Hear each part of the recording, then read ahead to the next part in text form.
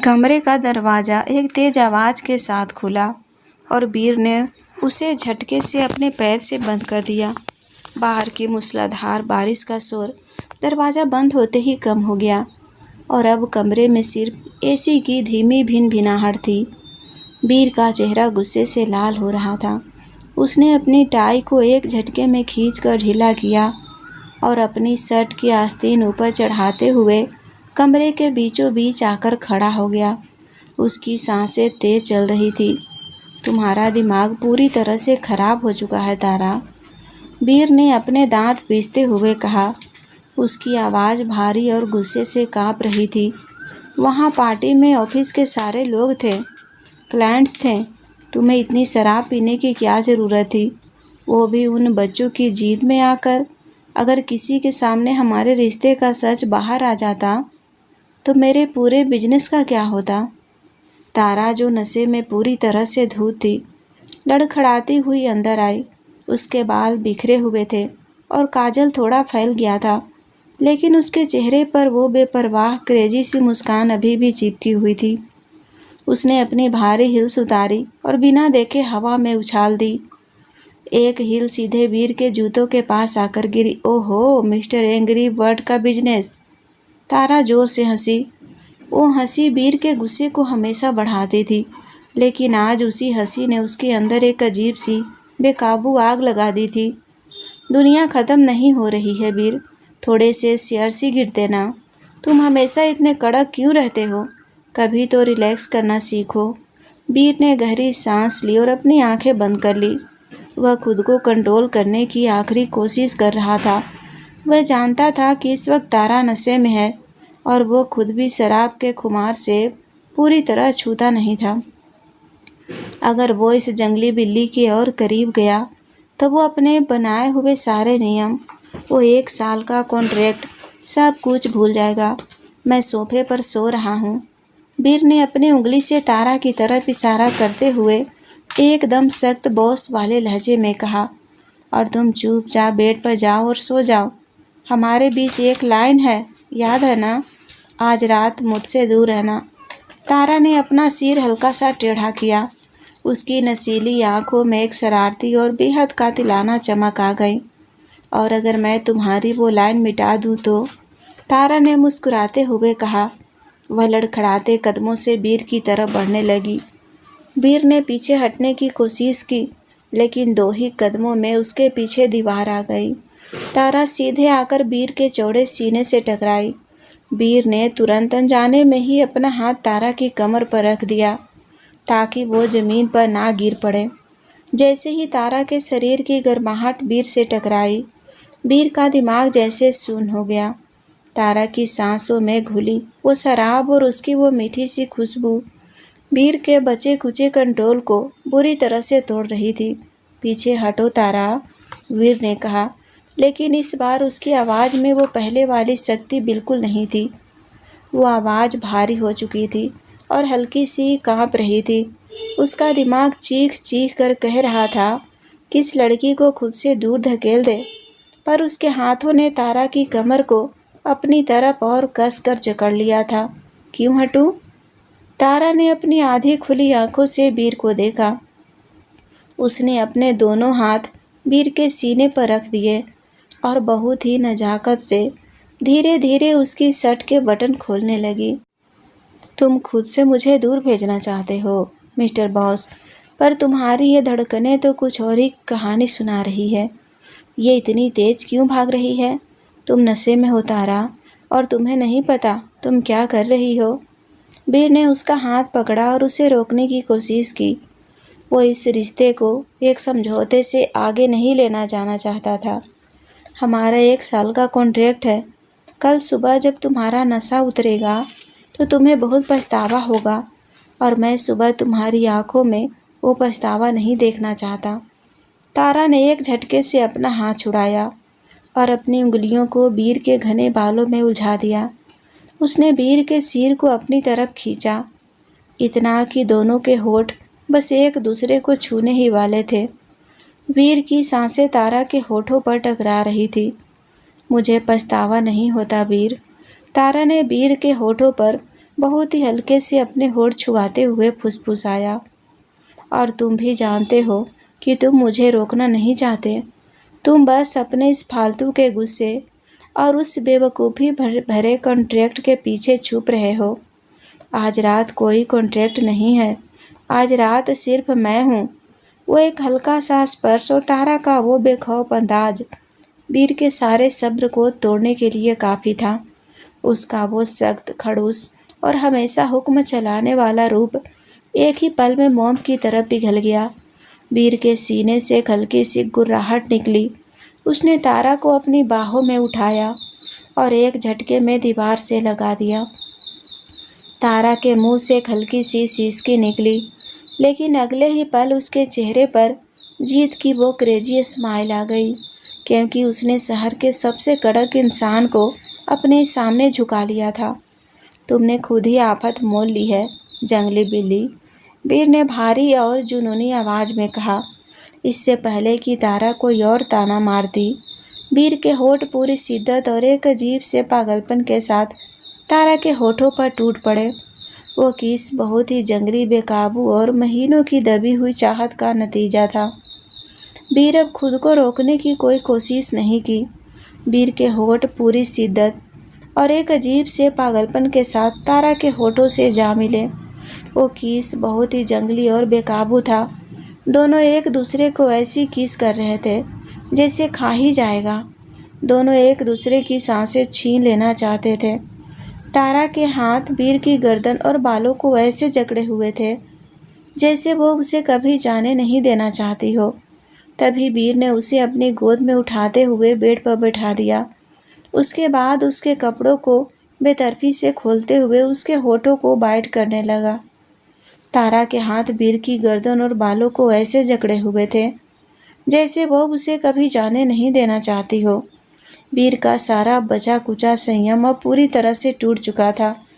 उसने एक झटके में तारा को अपनी बाहों में उठाया और उसे सीधे बेड पर ले जाकर बैठा दिया।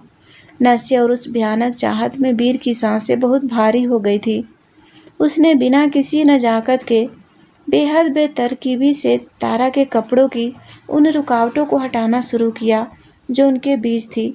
उसका वो गुस्सा जो कुछ देर पहले तारा पर बरस रहा था, अब एक ऐसे जुनून में बदल चुका था जिसे रोक पाना दोनों के बस में नहीं था। वीर ने तारा के चेहरे को अपने दोनों हाथों में थाम लिया और उसके होठों पर टूट पड़ा। इस बार उस किस में कोई प्यार और नरमी नहीं थी, बल्कि एक अधिकार था। वीर ने उसके निचले होठ को हल्के से बाइट किया, जिससे तारा के गले से एक बहुत ही धीमी और नशीली सी सिसकी निकल गई। तारा का पूरा शरीर कांप रहा था। वीर के हाथ अब उसके मखमली बदन पर रेंग रहे थे। उसका हर एक स्पर्श तारा की त्वचा पर किसी जलते हुए अंगारे जैसा महसूस हो रहा था, लेकिन तारा उस जलन को भी पूरी तरह से जीना चाहती थी। उसने अपने नाखून वीर की पीठ पर गड़ा दिए। कमरे का तापमान और उन दोनों की धड़कनें अपनी सारी हदें पार कर चुकी थी। दोनों के बीच की वो आखिरी दीवार भी गिरने वाली थी। नशे में डूबे हुए वो दो जिस्म जो एक दूसरे से लड़ते थे, अब पूरी तरह से एक दूसरे में समाने ही वाले थे। उनका एक होना बस कुछ ही पलों की दूरी पर था। लेकिन रुकिए, वीर और तारा, वो दो लोग जो एक दूसरे की शक्ल तक देखना पसंद नहीं करते थे।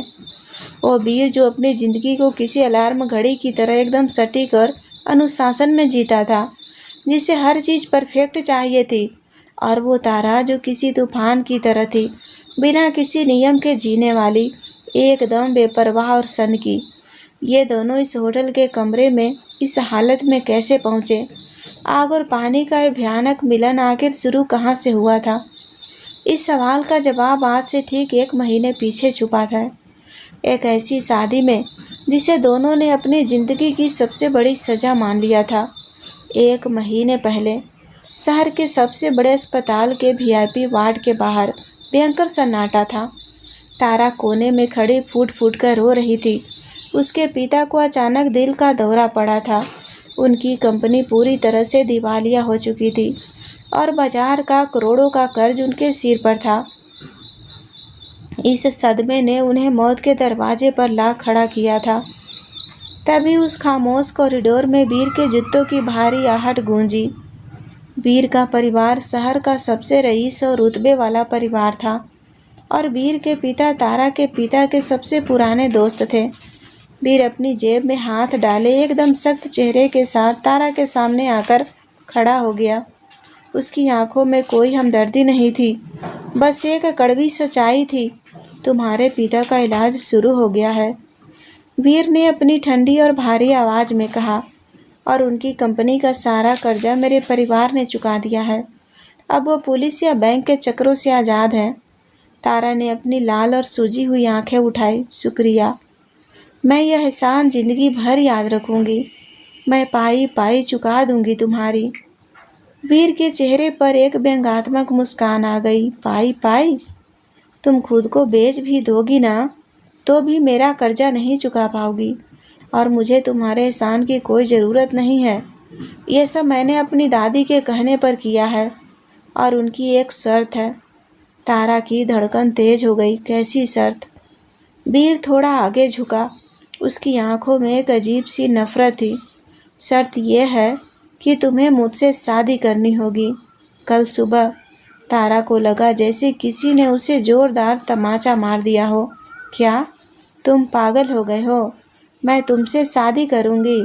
तुम्हारे जैसे पत्थर दिल और सड़ू इंसान से शादी करने से अच्छा है कि मैं जहर खा लूं। तो खा लो, वीर ने बिना एक पल की हिचकिचाहट के जवाब दिया। जहर खा लो या फिर अपने पिता को जेल जाते और सड़कों पर भीख मांगते हुए देखो, मुझे कोई फ़र्क नहीं पड़ता। तारा गुस्से से कांपने लगी। उसने आगे बढ़कर वीर का कॉलर पकड़ लिया। तुम मेरी मजबूरी का फ़ायदा उठा रहे हो। तुम मुझसे नफ़रत करते हो, फिर ये शादी क्यों? वीर ने बहुत ही आराम से तारा के हाथों को अपने कॉलर से हटाया और उसे पीछे धकेल दिया। क्योंकि मेरी दादी को लगता है कि तुम मेरे लिए सही हो, और उनके आखिरी दिनों में मैं उन्हें मना नहीं कर सकता। वीर ने एकदम कॉरपोरेट अंदाज में बात की, जैसे वो किसी डील पर साइन करवा रहा हो। तुम्हें क्या लगता है मुझे तुम जैसी बेवकूफ़, बिगड़ी हुई और बदतमीज़ लड़की में कोई दिलचस्पी है? ये शादी सिर्फ एक कॉन्ट्रैक्ट है, एक समझौता। तारा अपनी जगह पर स्तब्ध खड़ी थी। उसके गालों पर आंसू बह रहे थे। हम शादी करेंगे, वीर ने अपनी बात जारी रखी। तुम मेरे घर में मेरी पत्नी बनकर रहोगी।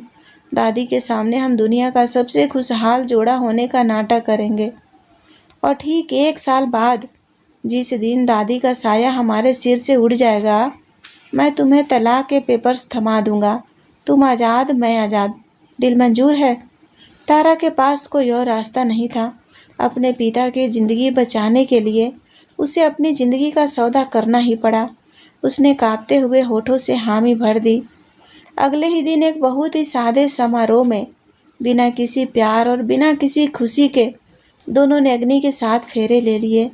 तारा ने लाल जोड़ा तो पहना था, लेकिन उसकी आंखों में वीर के लिए सिर्फ और सिर्फ नफरत थी, और वीर के लिए तारा सिर्फ एक मजबूरी थी जिसे उसे 1 साल तक बर्दाश्त करना था। शादी की रस्में ख़त्म होने के बाद जैसे ही उनके बेडरूम का दरवाज़ा बंद हुआ, कमरे की हवा अचानक से भारी हो गई। बाहर दादी के सामने जो परफेक्ट कपल वाली झूठी स्माइल दोनों के चेहरों पर चिपकी थी, वो दरवाज़ा लॉक होते ही ऐसे गायब हुई जैसे कभी थी ही नहीं। तारा ने झटके से अपना भारी लाल दुपट्टा निकाला और उसे सीधे बेड पर फेंक दिया। वो लाल जोड़े में जितनी खूबसूरत लग रही थी, उसका गुस्सा उसे उतना ही खतरनाक बना रहा था। उसने अपने बालों में लगी पिन बहुत ही रफ तरीके से निकालना शुरू किया। उफ, ये 60 किलो का लहंगा! ऐसा लग रहा है जैसे किसी ने मुझे सजाए मौत दे दी हो। वो खुद से बड़बड़ाई, पर आवाज़ इतनी तेज़ थी कि वीर को साफ सुनाई दे। वीर जो शीशे के सामने खड़ा अपनी शेरवानी के बटन खोल रहा था, उसने शीशे में ही तारा को एक ठंडी नज़रों से देखा। सज़ा तुम्हें नहीं, मुझे मिली है, वीर ने एकदम फ्लैट टोन में कहा, और यह तुम्हारा जो भी ड्रामा है, इसे अपने तक ही रखो। मेरे कमरे को कबाड़ खाना बनाने की ज़रूरत नहीं है, ये मेरी गारंटी है। वीर ने कुछ सेकेंड तक उसे घूरा, वो इस लड़की की जिद और हिम्मत से वाकिफ था, पर उसने इग्नोर करना बेहतर समझा। हम देखेंगे। वीर ने बस इतना कहा और वार्डरोब से अपना नाइट सूट निकालकर बाथरूम की तरफ चला गया। 10 मिनट बाद जब वीर बाहर आया तो तारा अपने कपड़े बदल चुकी थी और बेड के बिल्कुल बीचों बीच पैर फैलाकर बैठी थी। उसने पूरा बेड घेर रखा था। वीर ने उसे इग्नोर किया और अपना पिलो लेकर काउच की तरफ चला गया। लाइट बंद करते हुए वीर ने आखिरी ताना मारा, सो जाओ, कल सुबह उठकर तुम्हें दादी के सामने संस्कारी बहू का रोल भी प्ले करना है। ओवर एक्टिंग मत करना वरना पकड़ी जाओगी। तारा ने अंधेरे में ही गुस्से में एक एक्स्ट्रा पिलो उठाया और पूरी ताकत से वीर की तरफ दे मारा। पिलो वीर के मुंह पर जाकर लगा। गुड नाइट सड़ू इंसान, तारा ने चीखते हुए कहा और रजाई मुंह तक खींच ली। वीर ने पिलो को साइड में रखा और बिना कोई रिएक्शन दिए अपनी आंखें बंद कर ली। सुबह के ठीक 5:30 बज रहे थे। वीर की बायोलॉजिकल क्लॉक किसी महंगी स्विस घड़ी की तरह सेट थी। वह बिना किसी अलार्म के उठा। काउच पर सोने की वजह से उसकी गर्दन में हल्की सी जकड़न थी, लेकिन उसने उसे पूरी तरह इग्नोर किया। वीर को अपनी लाइफ में हर चीज़ परफेक्ट और शांति से चाहिए होती थी। वह उठा, फ्रेश हुआ, अपने डार्क ग्रे ट्रैक पैंट्स और एक क्रिस्प सफ़ेद टी शर्ट पहनी और अपनी रोज़ की कड़क ब्लैक कॉफ़ी लेकर वापस कमरे में आया। उसका प्लान था कि वह बालकनी में बैठकर आराम से कॉफ़ी पिएगा और फिर अपने मेल्स चेक करेगा, लेकिन वीर भूल गया था कि अब इस कमरे में वह अकेला नहीं था। बेड पर तारा ऐसे सो रही थी जैसे कल रात कोई विश्व युद्ध लड़कर आई हो। उसने पूरी रजाई को किसी स्प्रिंग रोल की तरह अपने चारों तरफ लपेटा हुआ था। उसका एक पैर बेड के किनारे से नीचे झूल रहा था और तकिया जमीन पर पड़ा था। वीर ने उसे देखकर गहरी सांस ली और मन ही मन खुद को शांत रहने को कहा। उसने कॉफ़ी का मग बालकनी के पास रखी टेबल पर रखा ही था कि अचानक मैं नागिन नागिन नागिन नागिन नागिन नागिन डांस नचना कमरे के सन्नाटे को चीरता हुआ एक बेहद लाउड और भयंकर रिंगटोन बजने लगा। ये तारा के फ़ोन का अलार्म था जो बेड के साइड टेबल पर रखा था। वीर ने झटके से अपने कान बंद किए। उसका शांत और परफेक्ट सुबह का रूटीन सेकंडों में तबाह हो गया था।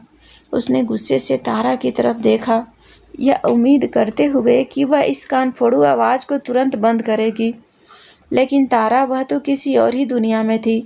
उसने नींद में ही अपना मुंह रजाई के और अंदर घुसा लिया और एक अजीब सी आवाज़ निकालते हुए दूसरी तरफ पलट गई। अलार्म लगातार बज रहा था और उसका वॉल्यूम शायद फुल पर था। तारा, वीर ने अपनी आवाज़ में सख्ती लाते हुए कहा, अपना अलार्म बंद करो। कोई जवाब नहीं, बस नागिन डांस का शोर पूरे कमरे में गूंज रहा था। वीर का पारा चढ़ने लगा। वह भारी कदमों से चलते हुए बेड के पास आया। तारा, यह क्या बकवास रिंगटोन है, बंद करो इसे। तारा ने नींद में कुछ बड़बड़ाया जो वीर को बिल्कुल समझ नहीं आया। उसने बस अपना हाथ बाहर निकाला और हवा में ऐसे हिलाया जैसे किसी मक्खी को उड़ा रही हो। वीर की सहन शक्ति जवाब दे गई। उसने तय किया कि वह खुद ही फ़ोन बंद कर देगा। वीर जैसे ही तारा के ऊपर से झुककर साइड टेबल पर रखे फ़ोन को उठाने के लिए आगे बढ़ा, तभी तारा ने नींद में एक जोरदार करवट ली। तारा का हाथ सीधे वीर के उस हाथ पर लगा जिसमें उसकी ब्लैक कॉफ़ी का मग था। एक सेकेंड के लिए कमरे में सन्नाटा छा गया। अलार्म के शोर को छोड़कर वीर वहीं भूत बनकर खड़ा रह गया।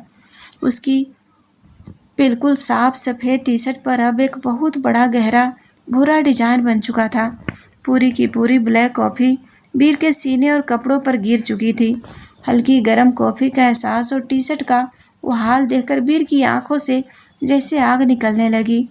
उसी वक्त शायद कॉफ़ी के कुछ छींटे तारा के चेहरे पर भी गिरी। तारा एकदम झटके से उठी जैसे उसी किसी ने करंट लगा दिया हो। उसके बाल किसी चिड़िया के घोंसले की तरह बिखरे हुए थे और आंखें आधी खुली थी। क्या क्या है, बाढ़ आ गई है क्या? तारा ने हड़बड़ाते हुए अपने चेहरे को पोंछा। फिर उसकी नज़र बिल्कुल अपने सामने खड़े वीर पर पड़ी। वीर का चेहरा गुस्से से इतना लाल हो रहा था कि लग रहा था वह अभी फट जाएगा। उसकी सफ़ेद टी शर्ट पर कॉफ़ी टपक रही थी। तारा ने अलार्म बंद किया और अपनी आंखें मलते हुए वीर को ऊपर से नीचे तक देखा। बजाय इसके कि उसे अपनी गलती का एहसास होता या वह सॉरी बोलती, तारा का दिमाग अपनी ही उल्टी दिशा में दौड़ गया। तुम पागल हो गए हो क्या? तारा ने अपनी रजाई को खींचते हुए एकदम नाराज टोन में कहा। सुबह सुबह मेरे बेड के ऊपर ब्लैक कॉफ़ी लेकर क्यों खड़े हो? कोई नागी डांस करने का इरादा था तुम्हारा? और ये मेरे चेहरे पर क्या गिराया तुमने? वीर ने अपनी आंखें बंद की, लंबी सांस ले और अपने दांत पीसते हुए बोला, तारा तुमने अभी अभी मेरी कॉफ़ी मेरे ही ऊपर गिराई है और तुम मुझसे पूछ रही हो कि मैं यहाँ क्या कर रहा हूँ? तारा ने अपनी भौहें सिकुड़ी और वीर की टी शर्ट को पॉइंट करते हुए कहा, मैंने नहीं गिराई। तुम खुद अपना मग लेकर मेरे ऊपर ऐसे झुके हुए थे जैसे कोई भूत हो। मैं तो बेचारी शांति से सो रही थी। मेरी नींद में तुमने डिस्टर्ब किया है। और वैसे भी इतनी कड़वी कॉफ़ी कौन पीता है सुबह सुबह? पूरे कमरे में जले हुए कॉफ़ी बीन्स की महक आ रही है। वीर अवाक रह गया। इस लड़की का लॉजिक दुनिया की किसी भी साइंस की किताब में नहीं मिल सकता था। गलती भी इसी की थी और एटीट्यूड भी यही दिखा रही थी। तुम्हारा अलार्म बज रहा था। वीर लगभग चिल्लाया। वो घटिया सा नागिन वाला गाना। तुम तो कुंभकर्ण की तरह सो रही थी। मुझे बंद करना पड़ रहा था और तुमने मेरे ऊपर कॉफ़ी गिरा दी। पहली बात, तारा ने अपनी उंगली उठाते हुए बिल्कुल एक टीचर वाले अंदाज में कहा, वो घटिया गाना नहीं है, वो मेरा फेवरेट वेकअप सॉन्ग है। उसे एकदम एनर्जी आती है।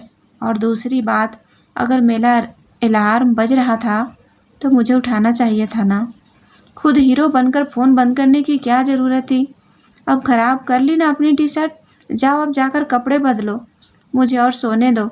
इतना बोलकर तारा ने वापस अपना तकिया लिया, उसे सीधा किया और वापस लेट कर रजाई मुंह तक ओढ़ ली। वीर उसे घूरता ही रह गया।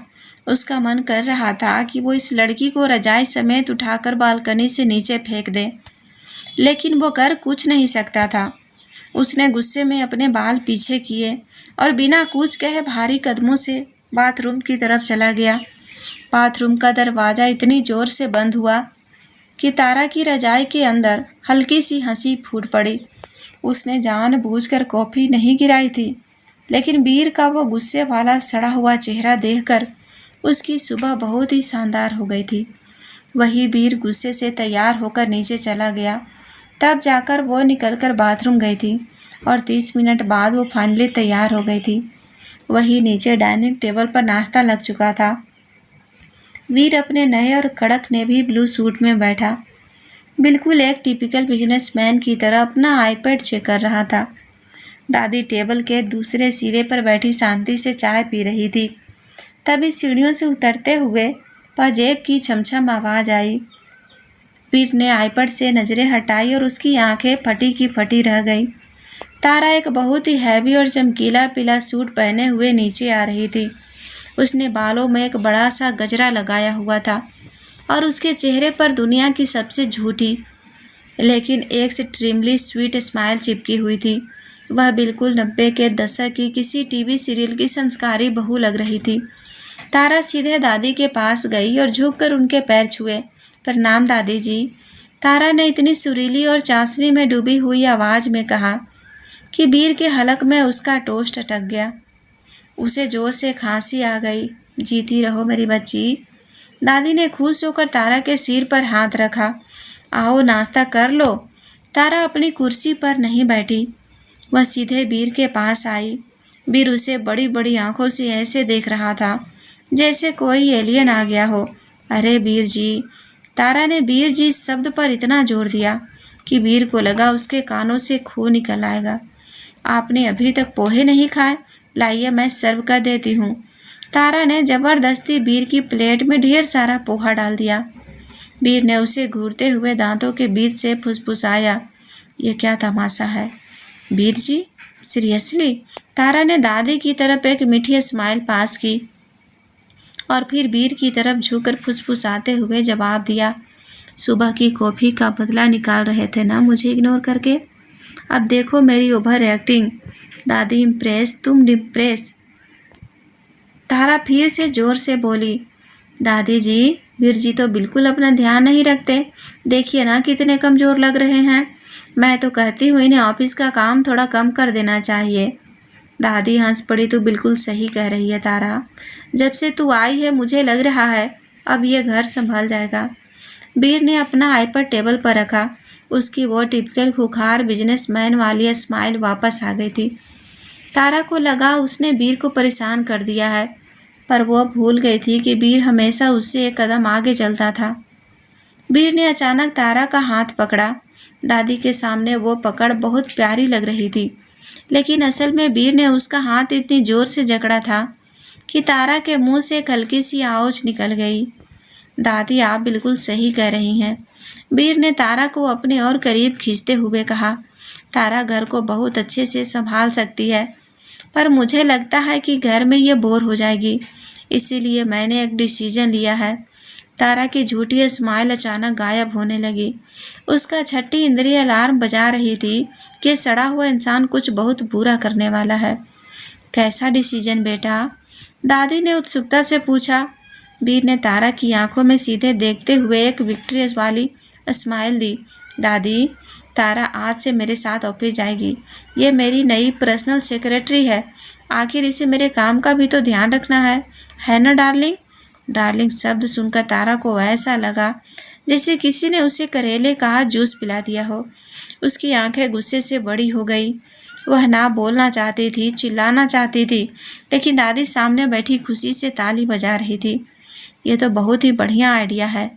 पति पत्नी साथ रहेंगे तो प्यार और बढ़ेगा, दादी ने चहकते हुए कहा। तारा ने वीर को ऐसी नज़रों से घूरा जैसे वह उसे कच्चा चबा जाएगी। वीर ने बहुत ही मज़े लेते हुए अपना जूस ख़त्म किया और उठा। चलो तारा, तुम्हारी पहली शिफ्ट शुरू होने वाली है, लेट मत होना। बेंसन के बाहर पार्किंग एरिया।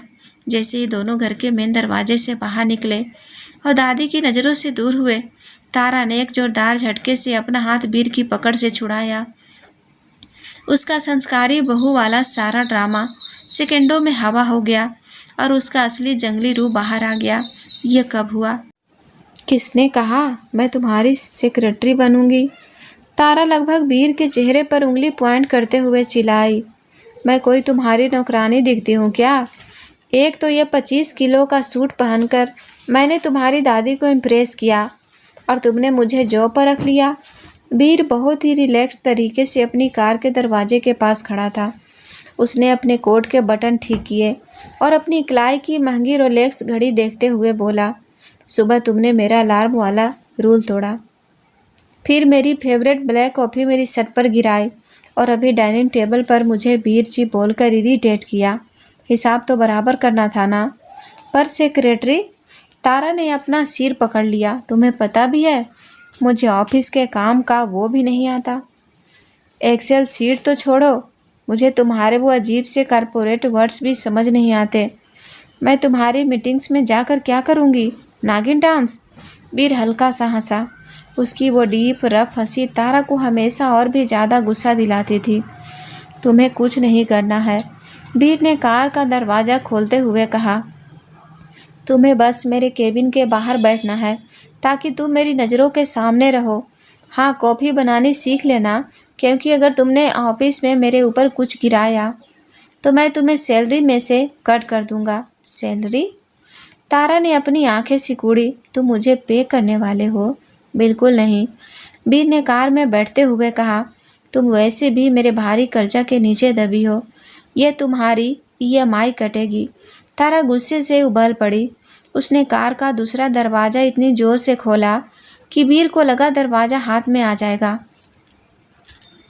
वो धम से सीट पर बैठी और सीट बेल्ट को ऐसे खींचा जैसे वीर का गला घोंट रही हो।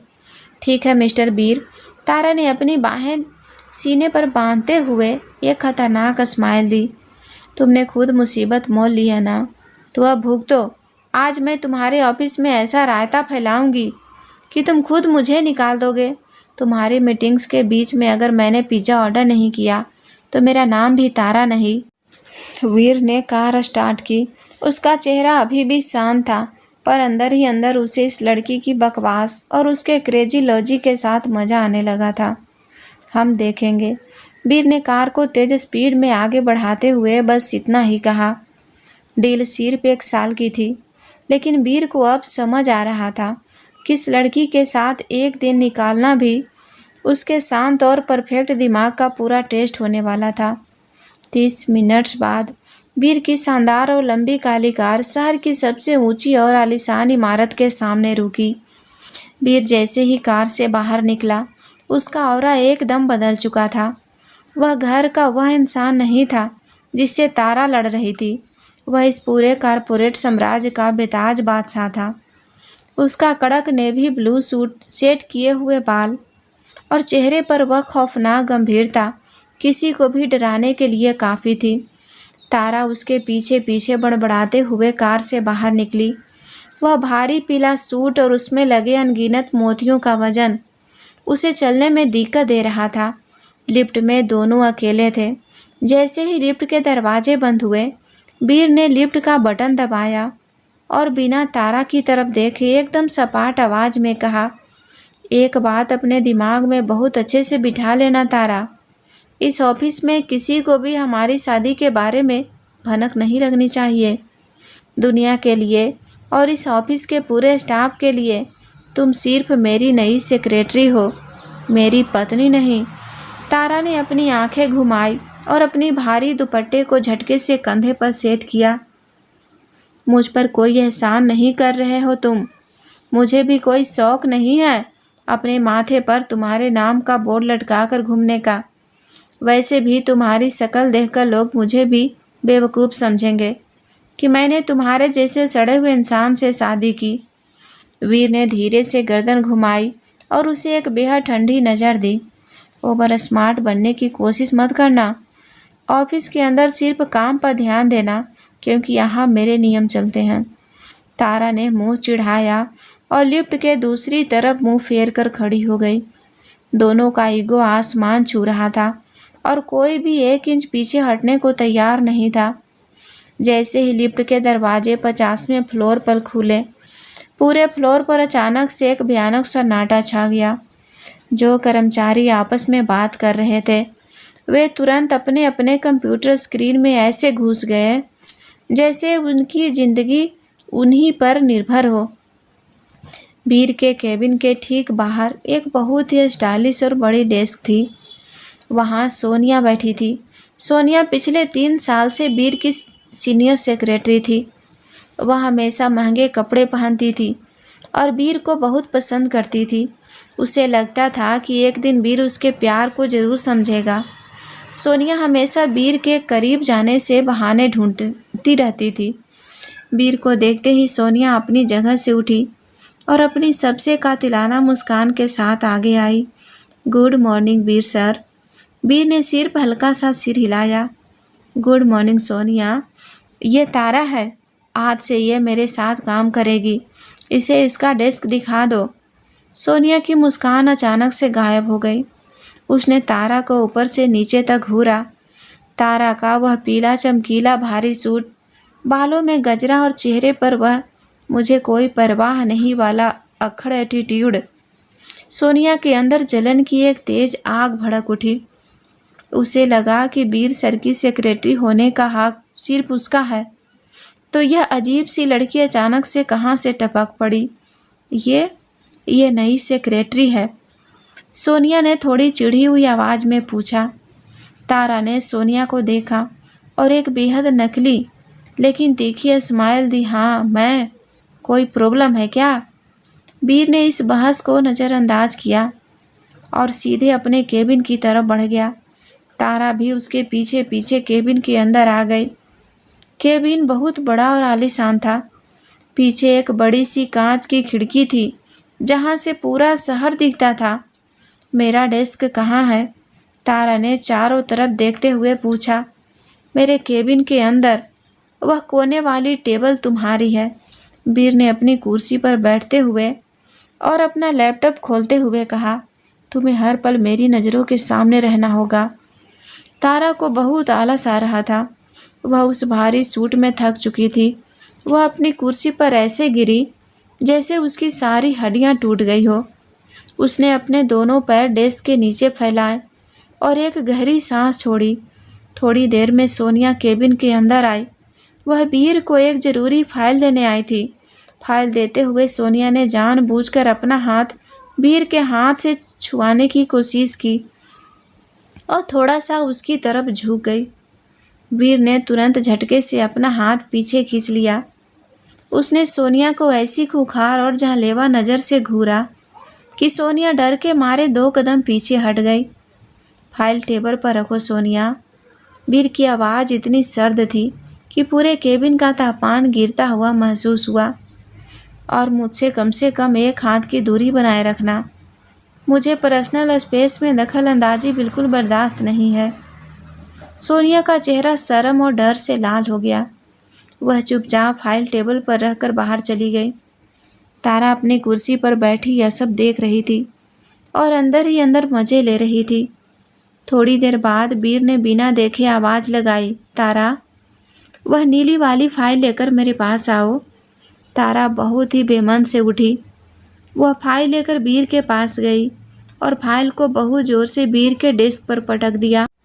ये लो। सोनिया, जो बाहर शीशे के पार से सब कुछ देख रही थी, उसकी आंखें फटी की फटी रह गई। उसे लगा कि वीर अभी तारा पर बुरी तरह चिल्लाएगा और उसे नौकरी से निकाल देगा, क्योंकि वीर को अपने काम में 1% की भी लापरवाही या बदतमीजी बर्दाश्त नहीं थी। लेकिन वीर ने फाइल को देखा, एक गहरी सांस ली और बहुत ही शांत आवाज़ में बोला, तारा, फाइल रखने का एक तरीका होता है, इसे तमीज़ से रखना सीखो। उसने तारा पर चिल्लाया नहीं। उसने उसे कोई सज़ा नहीं दी। सोनिया बाहर खड़ी खड़ी जल भून कर कोयला हो गई। इस अजीब सी दिखने वाली लड़की में आखिर ऐसा क्या था जो वीर सर इसके इस बर्ताव को इतनी शांति से झेल रहे थे। जैसे जैसे दिन आगे बढ़ा, तारा का आलस भी बढ़ता गया। वीर जानबूझकर उसे लगातार काम दे रहा था। तारा, पानी लाओ। तारा, ये पेपर्स सोनिया को देकर आओ। तारा, HR डिपार्टमेंट से वह रिपोर्ट लेकर आओ। तारा परेशान हो चुकी थी। वह वापस आकर अपनी कुर्सी पर बैठ गई और अपने दोनों पैर टेबल के ऊपर रख लिए। बस बहुत हो गया, तारा ने झलाते हुए कहा। मैं थक गई हूँ, अब मैं कोई काम नहीं करूँगी। मैं यहाँ मजदूरी करने नहीं आई हूँ। वीर ने अपना पेन टेबल पर रखा और तारा की तरफ देखा। उसकी आंखों में वह पुराना वाला गुस्सा और कंट्रोल वापस आ गया था। वह अपनी जगह से उठा और धीरे धीरे चलते हुए तारा के पास आया। तारा ने अपने पैर नीचे नहीं किए। वह भी उसे उसी अकड़ के साथ देखती रही। वीर ने तारा की कुर्सी के दोनों हैंडल अपने हाथों से पकड़े और थोड़ा नीचे झुका, जिससे तारा पूरी तरह से उसकी बाहों के घेरे में कैद हो गई। मुझे तुम्हारा ये आलस और ये कामचोरी बिल्कुल पसंद नहीं है तारा, वीर ने अपनी दांत पीसते हुए कहा। उसकी आवाज़ में एक खतरनाक धमकी थी। तुम्हें क्या लगता है यह कोई मजाक चल रहा है? अगर तुमने ठीक से काम नहीं किया तो याद रखना, मैं वह सब कुछ वापस छीन सकता हूँ जो मैंने तुम्हारे पिता को दिया है। 1 सेकंड लगेगा मुझे तुम्हारी वह कंपनी और तुम्हारा वह घर वापस सड़क पर लाने में। तारा की सांसें एक पल के लिए अटक गई। वीर का यह रूप उसे अंदर तक डराता था, लेकिन उसका ईगो उसे कभी झुकने की इजाज़त नहीं देता था। उसने वीर की गहरी आंखों में देखा। तुम बहुत घटिया और नीच इंसान हो वीर, तारा ने अपनी आवाज़ को कांपने से रोकते हुए कहा। अपनी पावर और मेरे पिता की मजबूरी का गलत इस्तेमाल कर रहे हो। मैं जो हूँ सो हूँ, वीर ने बहुत ही ठंडे लहजे में कहा। उसके चेहरे पर कोई पछतावा नहीं था। अब चुपचाप जाकर मेरे लिए एक ब्लैक कॉफ़ी लेकर आओ और इस बार कोई ड्रामा नहीं। तारा गुस्से में उबलते हुए उठी। वह केबिन से बाहर निकली। सोनिया ने उसे बाहर आते देखा और ताना मारने का मौका नहीं छोड़ा। वीर सर को कामचोर और अनप्रोफेशनल लोग बिल्कुल पसंद नहीं हैं, सोनिया ने अपने नाखून फाइल करते हुए कहा। पता नहीं तुम्हें यह जॉब कैसे मिल गई, लेकिन तुम यहाँ ज़्यादा दिन टिकने वाली नहीं हो। तारा ने मुड़कर सोनिया को ऐसी खूंखार नज़र से घूरा कि सोनिया चुप हो गई। अपने काम से काम रखो, वरना ये फाइलर तुम्हारे गले में डाल दूंगी। तारा कॉफ़ी लेकर वापस आई और टेबल पर रख दी। लेकिन ठीक आधे घंटे बाद वीर की आवाज़ फिर से आई, तारा, एक कॉफ़ी और। तारा का दिमाग अब सच में फट गया। वह सुबह से उस भारी सूट में भाग भाग कर और वीर के ताने सुन सुनकर पागल हो चुकी थी। उसके सब्र का बांध आखिरकार टूट ही गया। वह अपनी जगह से उठी, उसके केबिन का कांच का दरवाज़ा इतनी ज़ोर से खोला कि लगा दरवाज़ा टूट जाएगा। वह सीधे बाहर मेन फ्लोर पर आ गई। ऑफिस के सारे कर्मचारी अपने अपने कंप्यूटर पर पूरी शांति से काम कर रहे थे। तारा ने पीछे मुड़कर वीर के केबिन की तरफ देखा और इतनी ज़ोर से चिल्लाई कि पूरे फ्लोर पर सन्नाटा छा गया। मैं कोई तुम्हारी पर्सनल नौकरानी नहीं हूँ वीर सर। हर 2 मिनट में कॉफ़ी कॉफ़ी कॉफ़ी। तुम्हारे हाथ पर सलामत है ना, तो खुद जाकर मशीन से निकाल लो। मेरा काम सेक्रेटरी का है, तुम्हारी चाय की दुकान पर छोटू का नहीं। अगर अगली बार कॉफ़ी मांगी तो पूरी कॉफ़ी मशीन तुम्हारे सिर पर फोड़ दूंगी। ऑफिस में पिन ड्रॉप साइलेंट हो गया। किसी की सांस लेने की आवाज़ भी नहीं आ रही थी। सब लोग डर के मारे कांप रहे थे और उनकी आंखें फटी की फटी रह गई थी। सोनिया तो सदमे में अपनी कुर्सी से उठ खड़ी हुई थी। किसी ने भी आज तक वीर सर को इस तरह इतने ऊंचे स्वर में बात करने की हिम्मत नहीं की थी। सबको लगा कि आज इस लड़की की नौकरी तो जाएगी ही, साथ ही वीर सर इसका करियर भी पूरी तरह से बर्बाद कर देंगे। सभी की नज़रें केबिन के दरवाजे पर टिकी थी। तभी केबिन का दरवाज़ा पूरा खुला और वीर बाहर आया। उसका चेहरा एकदम शांत था, कोई गुस्सा नहीं, कोई चीख पुकार नहीं, लेकिन उसकी आंखों में एक अजीब सा डार्क नशा था जो सिर्फ तारा की इस बगावत को देख कर ही आता था। सब लोग अपनी सांसें रोके हुए थे कि अब वीर सर कोई बहुत बड़ा तूफान लाएंगे। वीर धीरे धीरे चलते हुए तारा के बिल्कुल करीब आया। दोनों एक दूसरे को घूर रहे थे। तारा की आंखों में आग थी और वीर की आंखों में वह खौफनाक शांति। कोई भी झुकने को तैयार नहीं था। वीर ने तारा की आंखों में देखते हुए बिना अपनी आवाज़ ऊंची किए बहुत ही शांति और अधिकार से कहा, ब्लैक कॉफ़ी, बिना शक्कर के, और इस बार कप को टेबल पर पटकना मत। इतना बोलकर वीर मुड़ा और वापस अपने केबिन में चला गया। पूरा ऑफिस सदमे में था। सोनिया का मुंह खुला का खुला रह गया था। वीर सर ने इस लड़की को नौकरी से निकाला क्यों नहीं? उन्होंने इसे सजा क्यों नहीं दी? तारा ने गुस्से में अपना पैर जमीन पर पटका और पैर पटकते हुए कॉफ़ी मशीन की तरफ बढ़ गई। ऑफिस के बाकी लोग अभी भी सदमे से बाहर नहीं आ पा रहे थे। उन दोनों के बीच की यह आग, यह टकराव और यह अजीब सा रिश्ता उस पूरे ऑफिस के लिए एक बहुत बड़ा रहस्य बन चुका था, जिसे सिर्फ वे दोनों ही समझ सकते थे। शाम के 7 बज चुके थे। ऑफिस का फ्लोर धीरे धीरे खाली हो रहा था। कंप्यूटर शट डाउन होने की आवाज़ें और लोगों के गुड नाइट बोलने का सिलसिला शुरू हो चुका था। तारा की हालत अब तक बिल्कुल ख़राब हो चुकी थी।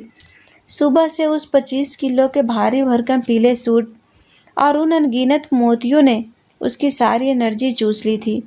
ऊपर से वीर ने उसे पूरे दिन केबिन के अंदर बाहर दौड़ाकर उसकी बची खुची जान भी निकाल दी थी। तारा ने दीवार पर लगी घड़ी देखी। 7 बज गए थे। उसकी कमर और पैरों में भयंकर दर्द था। अब कदम भी और चला ना तो मेरे प्राण यहीं डेस्क पर निकल जाएंगे। तारा ने बड़बड़ाते हुए अपना सिर डेस्क पर रखा। ठंडी एसी की हवा और दिन भर की थकावट ने सेकंडों में अपना असर दिखाया और तारा वहीं डेस्क पर सिर रखकर गहरी नींद में सो गई। लगभग 15 मिनट बाद वीर अपने केबिन का दरवाज़ा खोलकर बाहर आया। वह टाई ढीली कर रहा था। तारा, मेरी कार की चाबी। वीर के शब्द बीच में ही रुक गए। उसने देखा कि तारा डेस्क पर सिर रखे बिल्कुल एक छोटी बच्ची की तरह बेसुध सो रही थी। उसके चेहरे पर सुबह वाली वह बगावत और गुस्सा नहीं था। सोते हुए वह बहुत ही मासूम और शांत लग रही थी। वीर की आंखों की वह कड़कपन और शक्ति एक पल के लिए गायब हो गई। उसने गहरी सांस ली और धीरे से तारा के पास गया। उसने तारा को उठाने के लिए हाथ बढ़ाया, लेकिन फिर रुक गया। उसे पता था कि यह लड़की दिन भर उस भारी सूट में कितनी परेशान हुई है। वीर ने बिना कुछ सोचे एक हाथ तारा की कमर के पीछे डाला और दूसरा उसके घुटनों के नीचे। और एक ही झटके में उसे अपनी गोद में उठा लिया। तारा का सिर अपने आप वीर के चौड़े सीने पर टिक गया। वीर को उसकी यह नज़दीकी और उसका हल्का सा वजन बहुत सुकून दे रहा था। वह उसे गोद में उठाए प्राइवेट लिफ्ट की तरफ बढ़ ही रहा था कि अचानक तारा की नींद हल्की सी टूटी। उसने अपनी आधी खुली आंखों से वीर का चेहरा देखा। उसे गोद में देखकर तारा को चिल्लाना चाहिए था, लड़ना चाहिए था, लेकिन भूख और थकावट ने उसके अंदर की शेरनी को शांत कर रखा था। वीर, तारा ने नींद में ही बड़बड़ाते हुए कहा। चुपचाप सो जाओ। वीर ने अपनी नज़रें सामने लिफ्ट के दरवाजे पर टिकाए हुए बहुत ही रफ टोन में कहा, नहीं, मुझे भूख लगी है। तारा ने अपना सिर वीर के कोट में और भी ज़्यादा घुसाते हुए कहा, मेरे पेट में चूहे कुश्ती लड़ रहे हैं, मुझे किसी बहुत अच्छे रेस्टोरेंट में ले चलो। वीर ने उसे एक ठंडी नज़र से देखा। हम सीधे घर जा रहे हैं, वहाँ जाकर खा लेना। नहीं। तारा ने एकदम से अपनी आंखें थोड़ी बड़ी की। उसकी आवाज़ में फिर से वह नखरे वाली टोन आ गई। मुझे अभी खाना है, बाहर का खाना है। अगर तुम मुझे अच्छे रेस्टोरेंट नहीं ले गए ना, तो घर जाते ही मैं दादी से शिकायत कर दूंगी कि तुमने मुझे पूरे दिन भूखा रखा और मुझसे मजदूरी करवाई। फिर देखना दादी तुम्हारी क्या क्लास लगाती हैं। वीर के कदम एक सेकेंड के लिए रुके। उसने तारा को घूरा। यह लड़की आधी नींद में उसकी गोद में होते हुए भी उसे ब्लैकमेल कर रही थी, लेकिन वीर के अंदर का वो सख्त इंसान पता नहीं क्यों तारा की इस बचकानी हरकत पर मुस्कुराना चाहता था। हालांकि उसने अपनी स्माइल कंट्रोल कर ली। ब्लैकमेलर कहीं की। वीर ने फुसफुसाया और लिफ्ट का बटन दबा दिया। आधे घंटे बाद वीर की कार शहर के सबसे महंगे और खूबसूरत रेस्टोरेंट के बाहर खड़ी थी। टेबल पर आते ही तारा की नींद पूरी तरह से उड़ गई थी। उसने बिना वीर से पूछे मेनू कार्ड उठाया और फटाफट ऑर्डर देना शुरू कर दिया। पास्ता, गार्लिक ब्रेड, एक्स्ट्रा चीज़ वाला पिज़्ज़ा और एक बड़ा सा चॉकलेट शेक। वीर ने अपने लिए सिर्फ एक ब्लैक कॉफ़ी ऑर्डर की। वह अपनी कुर्सी पर पीछे की तरफ टेक लगाकर बैठा था और हाथ बांधे पूरी दिलचस्पी से तारा को देख रहा था। खाना आते ही तारा ऐसे टूट पड़ी जैसे उसने हफ्तों से खाना न खाया हो। वह बिल्कुल भी इस बात की परवाह नहीं कर रही थी कि वह शहर के सबसे एलीट रेस्टोरेंट में बैठी है और लोग उसे देख रहे हैं। उसने पिज़्ज़ा का एक बड़ा सा स्लाइस उठाया और खाना शुरू कर दिया। उसके होठों के किनारे चीज़ और सॉस लग गया था। वीर उसे बस खामोशी से घूर रहा था। उसकी आंखों में एक अजीब सा नशा था। वह लड़की जो खाते वक्त भी किसी जंगली बिल्ली की तरह बर्ताव कर रही थी, वीर को दुनिया की सबसे खूबसूरत लड़की लग रही थी। तो मुझे ऐसे घूरना बंद करोगे? तारा ने मुंह में पास्ता चबाते हुए कहा। तुम्हारी नज़रों से मेरे खाने का टेस्ट खराब हो रहा है। वीर हल्का सा आगे झुका। उसने अपनी जेब से रुमाल निकाला और बिना कुछ कहे तारा के होठों के किनारे लगा हुआ सॉस बहुत ही हल्के हाथ से पोंछ दिया। तारा एक पल के लिए एकदम सुन्न रह गई। वीर का वह टच बहुत ही जेंटल और अनएक्सपेक्टेड था। उसकी धड़कन अचानक से तेज हो गई। उसने जल्दी से नज़रें चुराई और अपने शेक के ग्लास पर फोकस करने की एक्टिंग करने लगी। वीर बस मन ही मन मुस्कुरा दिया। खाना खत्म होने के बाद तारा का पेट इतना भर चुका था कि अब उससे चला भी नहीं जा रहा था। थकावट, भारी सूट और ढेर सारा खाना, तारा की हालत खराब थी। रेस्टोरेंट से बाहर आते ही पार्किंग की तरफ चलते हुए तारा अचानक रुक गई। वीर, तारा ने पीछे से आवाज़ दी। वीर मुड़ा। अब क्या है? मुझसे चला नहीं जा रहा। तारा ने अपना भारी सूट पकड़ते हुए कहा। मेरे पैरों में भयंकर दर्द हो रहा है। तुम मुझे कार तक उठा लो ना। वीर ने अपनी आंखें बड़ी की। क्या तुम पागल हो? यह पब्लिक प्लेस है और अभी तो तुम शेरनी की तरह पिज़्ज़ा खा रही थी। अब पैरों में दर्द हो गया? चुपचाप चलकर आओ। तारा ने अपना मुंह फुला लिया। वह जानती थी कि वीर ऐसे नहीं मानेगा। उसने अपना सबसे बड़ा हथियार इस्तेमाल करने का फैसला किया। वह टोन जो उसने आज तक वीर के सामने कभी इस्तेमाल नहीं की थी। तारा धीरे से चलते हुए वीर के बिल्कुल करीब आई। उसने वीर के कोट का कॉलर अपने दोनों हाथों से बहुत ही हल्के से पकड़ा और अपनी बड़ी बड़ी आंखों से वीर की आंखों में देखा। प्लीज़ वीर। तारा की आवाज़ इतनी सॉफ्ट, इतनी प्यारी और इतनी मासूम थी कि वीर को लगा जैसे किसी ने उसके दिमाग का स्विच ऑफ कर दिया हो। सच में बहुत दर्द हो रहा है, मुझसे एक कदम भी नहीं चला जा रहा, प्लीज उठा लो ना। वीर ने तारा की उन मासूम आंखों को देखा। वह कड़क बिजनेसमैन जो किसी के सामने नहीं झुकता था, इस लड़की की एक प्लीज के आगे पूरी तरह से सरेंडर कर चुका था। वीर ने एक गहरी हारी हुई सांस ली। बिना एक भी शब्द कहे उसने तारा को फिर से अपनी गोद में उठा लिया। तारा के चेहरे पर तुरंत एक शैतानी और जीत वाली स्माइल आ गई। उसने आराम से अपने दोनों हाथ वीर की गर्दन के चारों तरफ लपेट लिए और अपना सिर उसके कंधे पर टिका दिया। वीर जानता था कि उसने नाटक किया है, लेकिन उसे तारा का अपनी बाहों में होना इतना अच्छा लग रहा था कि उसने शिकायत नहीं की। कार तक का सफ़र और फिर कार से मेंशन तक का सफ़र बहुत खामोशी से कटा। तारा रास्ते में ही फिर से गहरी नींद में सो गई थी। मेंशन पहुंचने के बाद वीर ने उसे कार से निकाला। रात काफ़ी हो चुकी थी और घर के सभी लोग सो रहे थे। वीर बिना किसी आवाज़ के तारा के गोद में उठाए सीढ़ियाँ चढ़कर अपने बेडरूम तक आया। उसने बहुत ही नरमी से तारा को बेड पर लिटाया। तारा ने नींद में ही रजाई को अपनी तरफ खींचा और उसमें छुप गई। वीर काफ़ी देर तक बेड के पास खड़ा उसे देखता रहा। उसने धीरे से तारा के चेहरे पर आ रहे बालों को पीछे हटाया। दिन भर की वह लड़ाई, वह नफरत और वह ऑफिस का सारा गुस्सा, सब कुछ इस पल में कहीं गायब हो गया था। वीर को शायद पहली बार यह एहसास हो रहा था कि यह 1 साल का कॉन्ट्रैक्ट उसकी ज़िंदगी का सबसे मुश्किल लेकिन सबसे खूबसूरत सफ़र होने वाला था। वीर ने लाइट बंद की और चुपचाप अपने काउच की तरफ चला गया। लेकिन आज रात काउच पर लेटते हुए भी उसके होठों पर एक हल्की सी अनजान सी मुस्कान थी। अगली सुबह समय ठीक 5:30 बजे कमरे की शांति को चीरते हुए एक बार फिर से वही भयंकर और कान फोड़ू आवाज़ गूंजी, मैं नागिन नागिन नागिन डांस से नचना। काउच पर सो रहे वीर ने एक झटके से अपनी आंखें खोली। उसकी मुठियां कस गई। उसने उम्मीद की थी कि कल की उस कॉफ़ी वाली घटना के बाद तारा शायद अलार्म बदल लेगी, लेकिन नहीं। तारा ने अपनी रजाई को और कस कर लपेटा और मज़े से सोती रही। वीर का पारा 7वें आसमान पर पहुंच गया। तारा, अलार्म बंद करो, वीर ने अपनी दांत पीसते हुए कहा। लेकिन तारा तो कुंभकर्ण की भी गुरु थी। वीर ने गहरी सांस ली, अपना तकिया कान पर रखा, पर वह नागिन डांस वाला गाना उसके दिमाग की नसें फाड़ रहा था।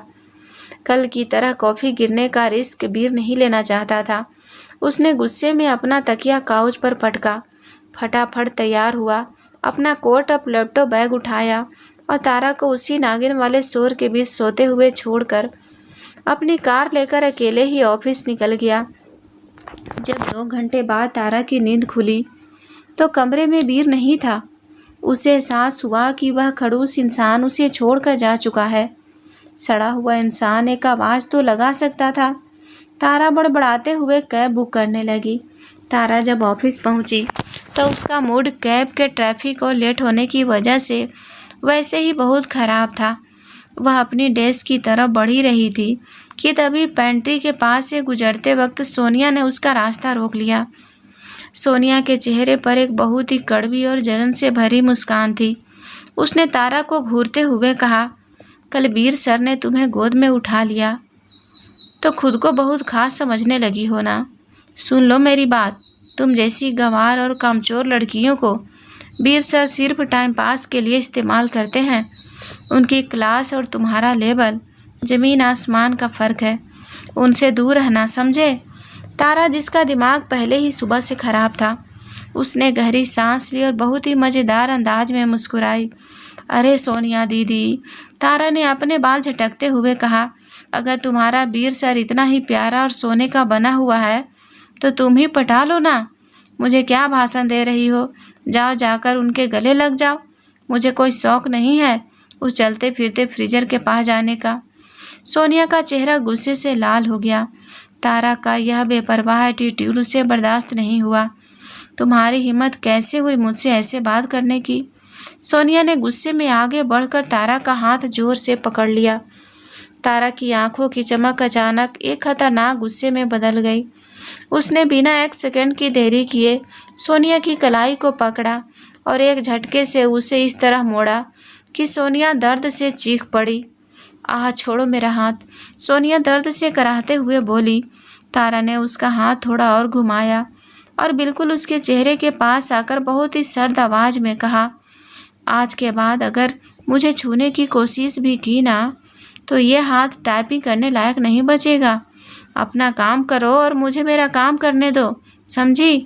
तारा ने झटके से उसका हाथ छोड़ा और मज़े से कॉफ़ी मशीन की तरफ बढ़ गई, जैसे कुछ हुआ ही ना हो। सोनिया अपनी कलाई सहलाते हुए गुस्से और बेइज्जती से जल भून कर वहीं खड़ी रह गई। वहीं मेन ऑफिस में 1 महीने तक वीर पूरी तरीके से बिजी था, एक बड़े प्रोजेक्ट को लेकर, जिससे तारा वैसे तो उससे नफरत करती थी, लेकिन उसकी मेहनत देखकर उसकी हेल्प करने लगती है, वो पूरा साथ देती है। और आज 1 महीने बाद आज वीर का ऑफिस पूरी तरह से टेंशन में था। वहीं बहुत बड़ी इंटरनेशनल जापानी कंपनी के साथ उनकी करोड़ों की डील फाइनल होने वाली थी। मीटिंग रूम में वीर अपने वकीलों और टीम के साथ बैठा था। सामने जापानी कंपनी के सीईओ मिस्टर ताकाहाशी बैठे थे। चूँकि मिस्टर ताकाहाशी को अंग्रेजी या हिंदी नहीं आती थी, इसीलिए बीच में एक ट्रांसलेटर बैठा था, राजीव। राजीव को कंपनी ने खास इस डील के लिए हायर किया था। तारा को वीर ने ज़बरदस्ती मीटिंग रूम के कोने में बैठा रखा था ताकि वह मीटिंग के मिनट्स बना सके। हालांकि तारा बस अपने पेन से कागज़ पर गोल गोल डिजाइन बना रही थी। मीटिंग शुरू हुई। वीर का अंदाज हमेशा की तरह बहुत प्रोफेशनल और सख्त था। मिस्टर ताकाहाशी को बताइए कि हमारी कंपनी क्वालिटी डिलीवरी में कोई समझौता नहीं करेगी, लेकिन प्रॉफिट शेयरिंग हमारी शर्तों के हिसाब से 60-40 की ही रहेगी। बी ने राजीव की तरफ देखते हुए बहुत ही सधे हुए लहजे में कहा। राजीव ने सिर हिलाया और मिस्टर ताकाहाशी की तरफ मुड़कर जापानी में कुछ कहा, लेकिन जैसे ही राजीव ने अपनी बात खत्म की, मिस्टर ताकाहाशी का चेहरा गुस्से से लाल हो गया। उन्होंने जोर से टेबल पर हाथ मारा और जापानी भाषा में बहुत ही तेज आवाज़ में कुछ चिल्लाने लगे। उनका गुस्सा देखकर वीर और उसकी टीम हैरान रह गई। क्या हुआ? मैंने ऐसा क्या कह दिया? वीर ने अपनी भौहें सिकुड़ते हुए राजीव से पूछा। राजीव ने घबराया हुआ चेहरा बनाते हुए, जो कि पूरी तरह से एक नाटक था, कहा, सर, वो कह रहे हैं कि आपकी कंपनी बहुत लालची है और वो आपके जैसे घमंडी इंसान के साथ कोई बिजनेस नहीं करना चाहते। वो डील कैंसिल करने की बात कर रहे हैं। वीर का चेहरा गुस्से से सख्त हो गया। मैंने कोई घमंडी वाली बात नहीं की। उन्हें समझाओ कि यह एक फेयर डील है। राजीव ने फिर से मिस्टर ताकाहाशी से कुछ जापानी में कहा। इस बार मिस्टर ताकाहाशी अपनी कुर्सी से खड़े हो गए। उन्होंने अपनी फाइल बंद की और जाने के लिए मुड़े। डील टूटने के कगार पर थी। तभी कमरे के कोने से एक आवाज़ गूंजी, सुमीमा सेन, माफ़ कीजिएगा। सबकी नज़रें उस आवाज़ की तरफ घूमी। तारा अपनी कुर्सी से उठकर खड़ी हो गई थी। उसके चेहरे पर अब वो आलस और बेवकूफ़ी नहीं थी। उसकी आंखों में एक अजीब सा आत्मविश्वास था। वीर उसे घूर रहा था। तारा, ये क्या मजाक है? बैठ जाओ, यह एक सीरियस मीटिंग है। लेकिन तारा ने वीर को पूरी तरह इग्नोर किया। वह सीधे चलते हुए मिस्टर ताकाहाशी और राजीव के पास आई। उसने मिस्टर ताकाहाशी की आंखों में देखा और एकदम फराटेदार जापानी भाषा में उनसे बात करना शुरू कर दिया। वीर और पूरी टीम के मुंह खुले के खुले रह गए। वह लड़की जिसे ऑफिस के कारपोरेट शब्दों का क भी नहीं पता था, वह इतनी परफेक्ट जापानी कैसे बोल रही थी? मिस्टर ताकाहाशी तारा की बात सुनकर अचानक शांत हो गए। उनके चेहरे का गुस्सा हैरानी में बदल गया और फिर उन्होंने तारा से जापानी में कुछ पूछा। तारा ने मुस्कुराकर जवाब दिया और फिर अचानक मुड़कर राजीव का कॉलर पकड़ लिया। यह फ्रॉड कर रहा है तुम्हारे साथ, वीर। तारा ने राजीव को जोर से पीछे धकेलते हुए वीर की तरफ देखकर कहा। तारा, यह क्या बदतमीजी है? वीर अपनी जगह से खड़ा हो गया। बदतमीजी ये कर रहा है? तारा ने राजीव की तरफ उंगली पॉइंट करते हुए कहा।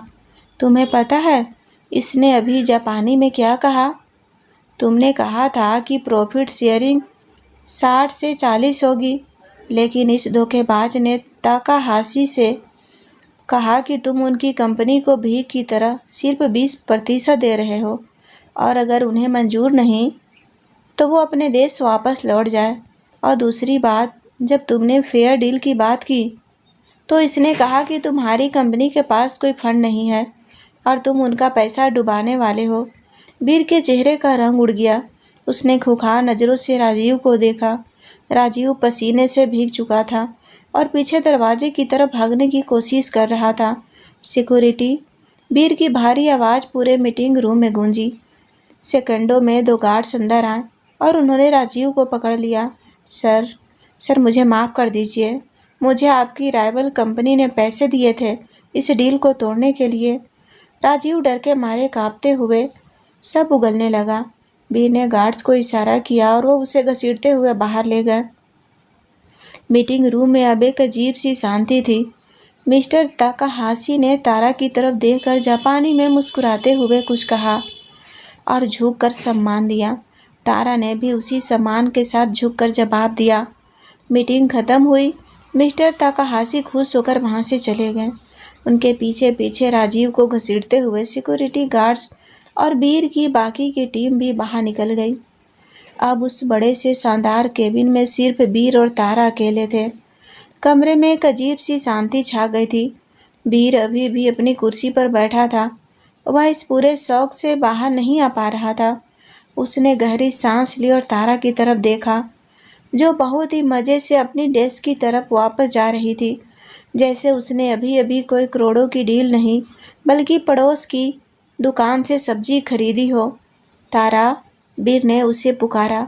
उसकी आवाज़ में वो रोज़ वाला कड़कपन नहीं था, बस एक अजीब सी उलझन और हैरानी थी। तुम्हें इतनी परफेक्ट जापानी कैसे आती है? तारा मुड़ी। उसने बड़े ही प्राउड तरीके से अपने बाल झटके और एक बहुत ही कैजुअल अपनी पुरानी शैतानी स्माइल दी। सिंपल, मैं एनीमे की दुनिया की सबसे बड़ी फ़ैन हूँ। तारा ने अपनी कॉलर झटकते हुए कहा। एनीमे? वीर ने अपनी भौहें सिकुड़ी जैसे उसने कोई एलियन शब्द सुन लिया हो। हाँ भाई, जापानी एनीमे। तारा ने तुरंत अपनी पॉकेट से अपना फ़ोन निकाला और स्क्रीन अनलॉक करके सीधे वीर के चेहरे के सामने कर दी। स्क्रीन पर किसी जापानी कार्टून कैरेक्टर की बहुत ही कलरफुल सी फ़ोटो लगी थी। देखो, यह गोजो है और मेरी गैलरी में नारुतो, जुजुत्सु कैसेन सब की पूरी कलेक्शन है। तारा ने बहुत ही एक्साइटमेंट के साथ फ़ोन स्क्रीन को टैप करते हुए कहा। अब इंडिया में इनके एपिसोड्स हिंदी में डब होने में महीनों लग जाते हैं। मुझे सस्पेंस बिल्कुल बर्दाश्त नहीं होता, तो मैंने सोचा डबिंग का वेट कौन करे, सीधे जापानी ही सीख लेती हूँ। मज़े के मज़े और भाषा की भाषा। वीर ने अपना हाथ अपने माथे पर मार लिया। वह अपना सिर पकड़कर बैठ गया। उसे विश्वास ही नहीं हो रहा था कि उसकी कंपनी का सबसे बड़ा करोड़ों का इंटरनेशनल प्रोजेक्ट इस पागल लड़की के कार्टून देखने के शौक ने बचाया है। तुम सच में पूरी तरह से पागल हो, वीर ने अपना सिर हिलाते हुए कहा। पर उसकी आवाज़ में झुंझलाहट नहीं थी। वह सीधा हुआ और उसने तारा की आंखों में देखा। उसकी आंखों में अब एक बहुत ही गहरी इज्जत और एक अनकहा सा सुकून था। पर कुछ भी कहो, वीर की आवाज़ थोड़ी भारी हो गई। तुम कमाल की हो। आज अगर तुम यहाँ नहीं होती तो डील मेरे हाथ से निकल चुकी थी और वो फ्रॉड मुझे बर्बाद कर देता। तारा अपना फ़ोन वापस रखने के लिए मुड़ी ही थी कि वीर अपनी जगह से उठा और उसने अचानक तारा का हाथ पकड़ लिया। तारा के कदम वहीं रुक गए। उसने पलटकर वीर को देखा। वीर की आंखों में आज वो गुस्सा, वो चिड़चिड़ापन या कोई ताना नहीं था। वहाँ एक ऐसी गहराई और इंटेंसिटी थी जिसने तारा के दिल की धड़कन को अचानक तेज कर दिया। केबिन का वो सन्नाटा अचानक बहुत भारी और रोमांटिक सा फील होने लगा था। थैंक यू, वीर ने बहुत ही धीमी और एकदम ईमानदार आवाज़ में कहा। तारा एक सेकंड के लिए बिल्कुल सुन रह गई। वीर वो खड़ूस इंसान जो हमेशा हुक्म चलाता था, जिसे किसी के सामने झुकना नहीं आता था। उसके मुंह से थैंक यू सुनना ऐसा था जैसे आसमान से सच में कोई तारा टूट कर गिर गया हो। लेकिन तारा तो तारा थी। उसका एटीट्यूड इतनी जल्दी कहाँ झुकने वाला था। उसने तुरंत अपनी नर्वसनेस छुपाई और अपना ईगो वापस सेट किया। सिर्फ थैंक यू से काम नहीं चलेगा बॉस, तारा ने एक आंख मारते हुए कहा। हालांकि उसके चेहरे पर एक हल्की सी लाली आ गई थी। मैंने आज तुम्हारी करोड़ों की डील बचाई है। आज रात के डिनर का पूरा बिल तुम भरोगे, और वो भी मेरे फेवरेट पिज़्ज़ा प्लेस पर। और हाँ, कान खोल कर सुन लो, कल सुबह मेरा अलार्म मैं अपनी मर्जी से ही बंद करूँगी। अगर तुमने फिर से मुझे घर पर अकेला छोड़कर भागने की होशियारी की ना, तो कसम से तुम्हारे सारे जापानी क्लाइंट्स को जापानी में इतनी गालियाँ सिखा दूंगी कि तुम पूरी ज़िंदगी डिक्शनरी लेकर घूमते रहोगे। वीर के चेहरे पर एक बहुत ही खूबसूरत हल्की सी मुस्कान आ गई, जिससे वह इस बार छुपा नहीं पाया। यह मुस्कान उसके उस सख्त कॉर्पोरेट लुक को एकदम ये सॉफ्ट बना रही थी।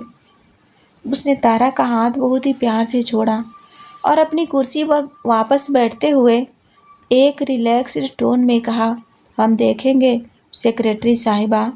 दोनों के बीच की यह नोक-झोंक अब एक अजीब से सम्मान और उस अनकहे प्यार में बदल रही थी, जिसे महसूस तो दोनों ही कर रहे थे, लेकिन अभी तक जुबान पर लाने को कोई भी तैयार नहीं था। रात के 8:30 बज रहे थे। बीर की चमचमाती मर्सिडीज शहर की एक बेहद लाउड और vibrate restaurant bar the crazy slice के सामने आकर रुकी। बीर ने कार से बाहर कदम रखा और रेस्टोरेंट के नियॉन साइन बोर्ड और अंदर से आ रहे लाउड रॉक म्यूजिक को देखकर उसका चेहरा ऐसा हो गया जिसे किसी ने उसे करेले का जूस सर्व कर दिया हो। उसने अपना परफेक्ट नेवी ब्लू कोट ठीक किया और तारा की तरफ देखा, जो कार से ऐसे उछलकर बाहर आई थी जैसे कोई बच्चा डिज्नीलैंड पहुंच गया हो। यह है तुम्हारा फेवरेट पिज़्ज़ा प्लेस? बी ने अपनी नाक सिकुड़ते हुए कहा। यह पिज़्ज़ा प्लेस कम और कॉलेज के बच्चों का क्लब ज़्यादा लग रहा है। यहाँ बात करने के लिए भी मेगाफोन की ज़रूरत पड़ेगी।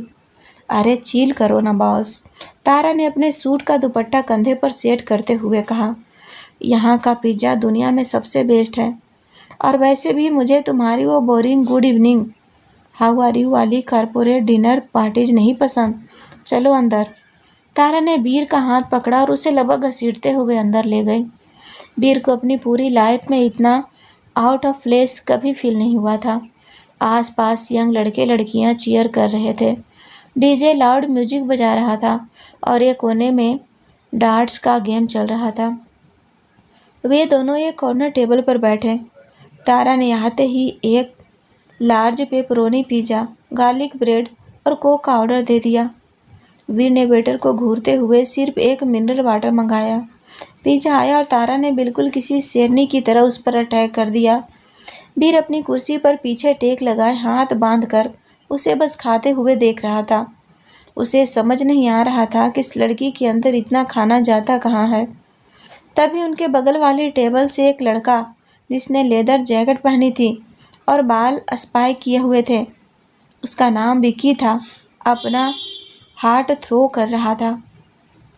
डार्ट निशाने पर लगने के बजाय बाउंस होकर सीधा तारा की टेबल पर पिज़्ज़ा की प्लेट के बिल्कुल पास आकर गिरा। तारा का खाना बीच में रुक गया।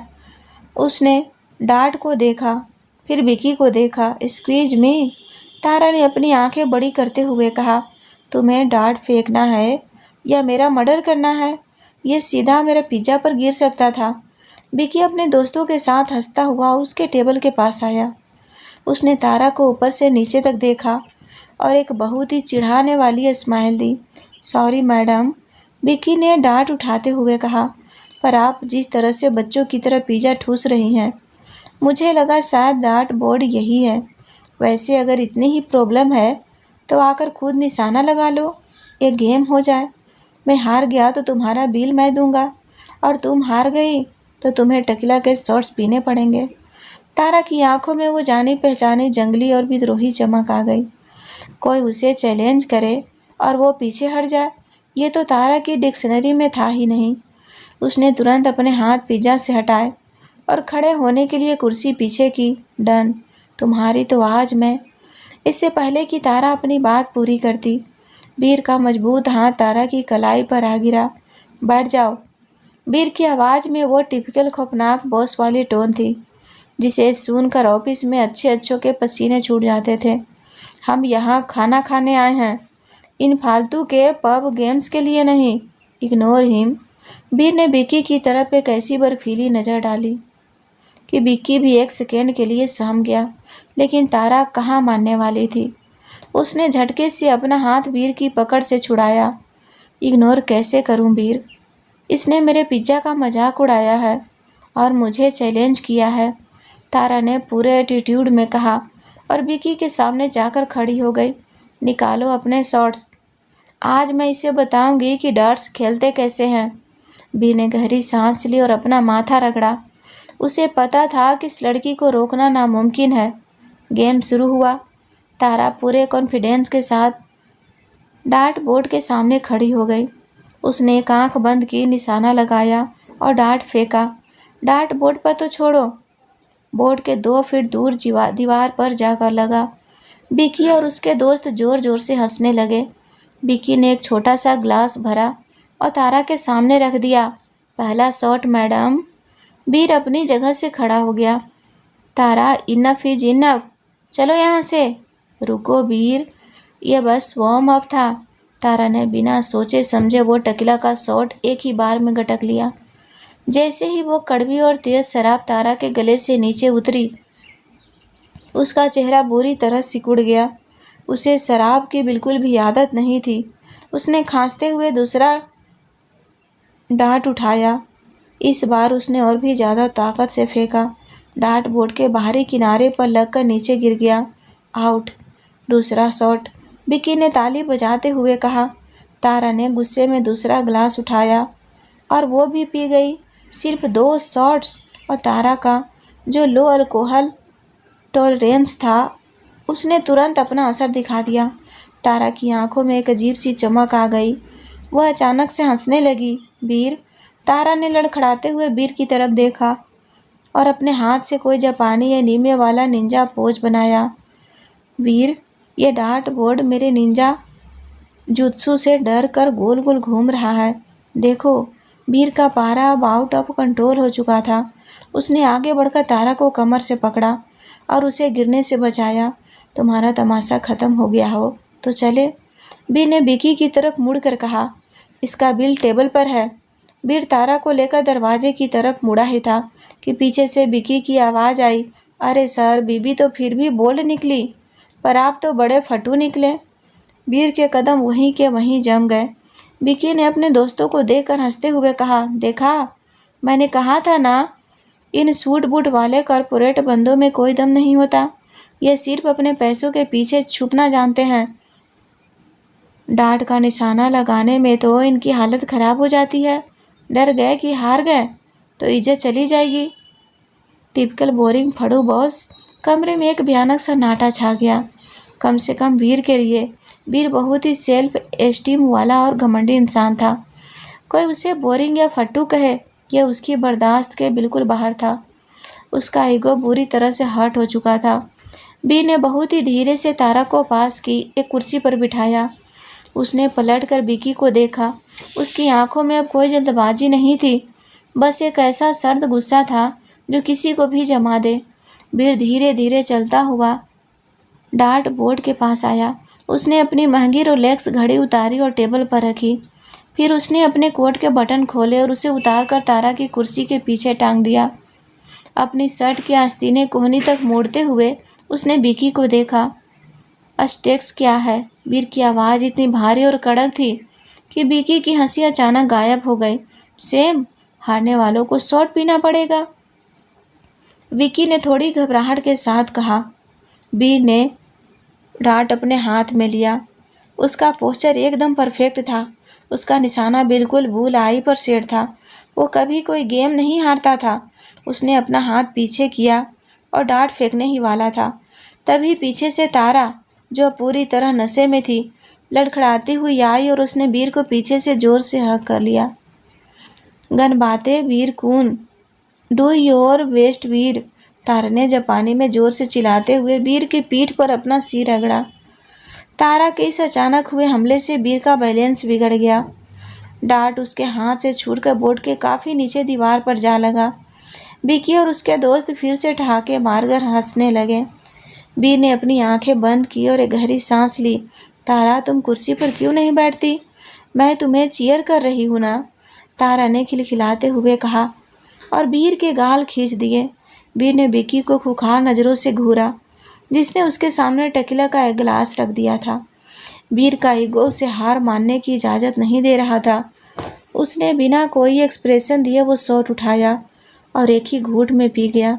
उसे इस सख्ती पब वाली शराब की आदत नहीं थी, पर उसने अपने चेहरे पर सिकन तक नहीं आने दी।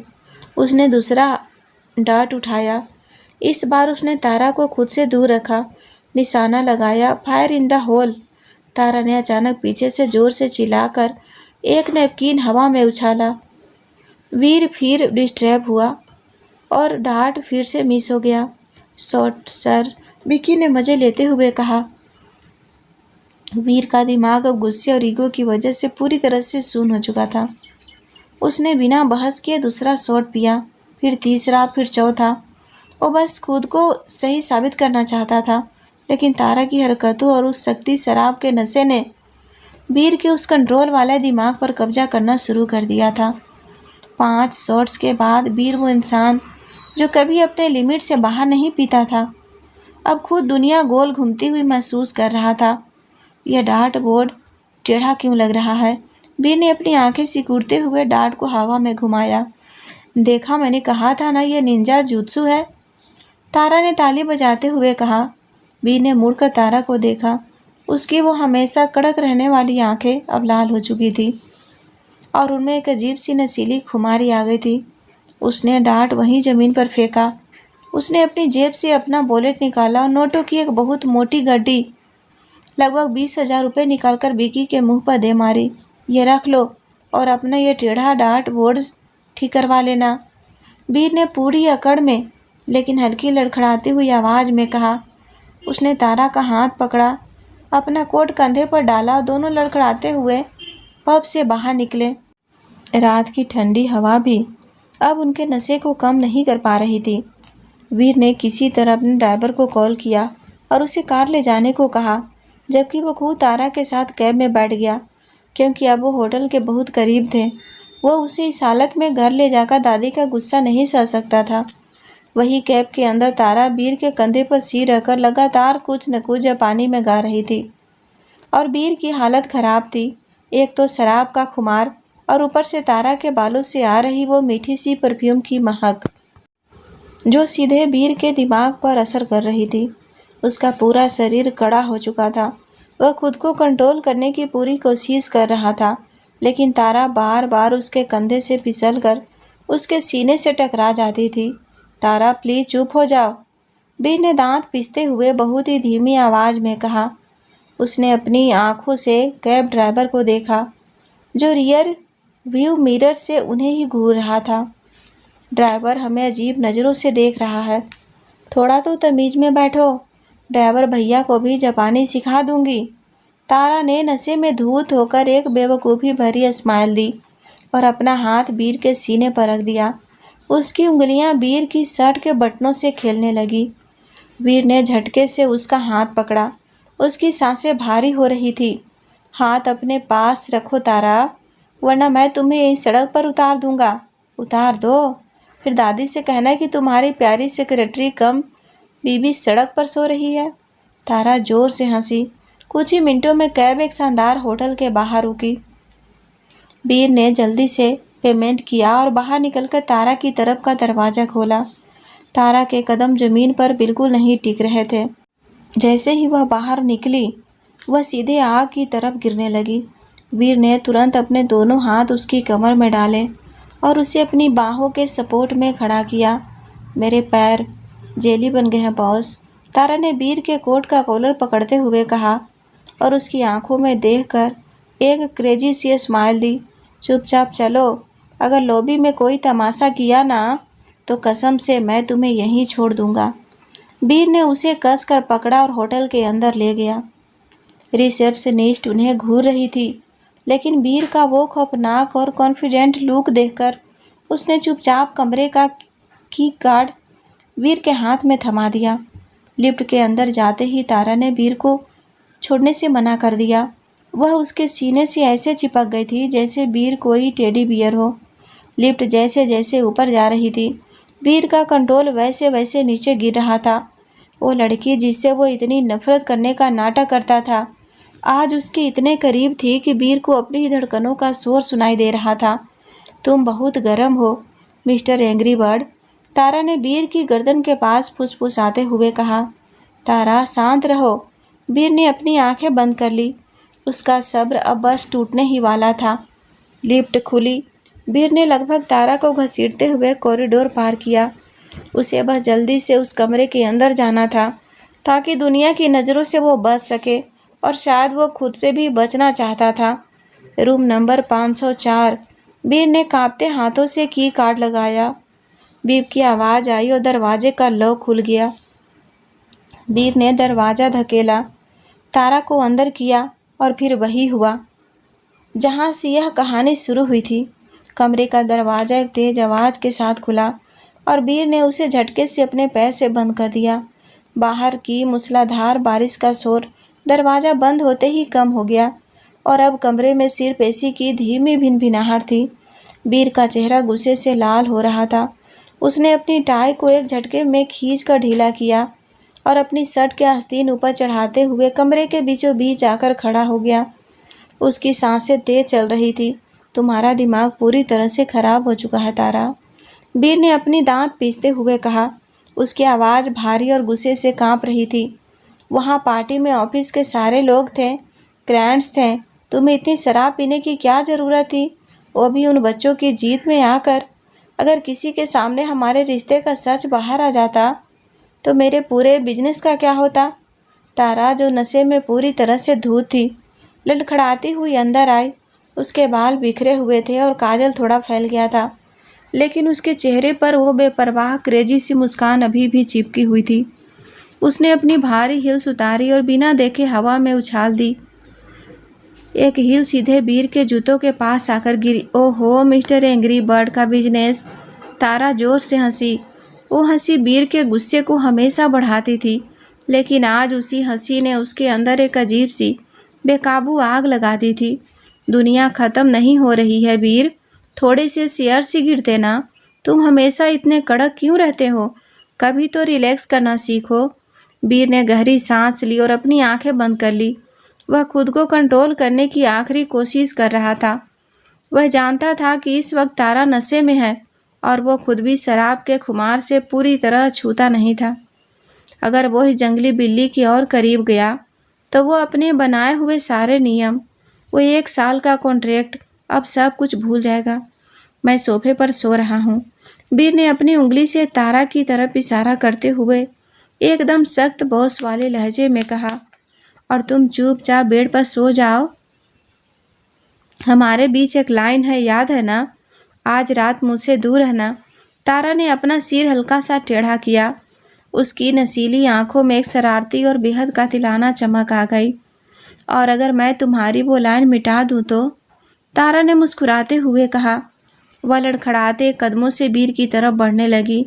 वीर ने पीछे हटने की कोशिश की, लेकिन 2 ही कदमों में उसके पीछे दीवार आ गई। तारा सीधे आकर वीर के चौड़े सीने से टकराई।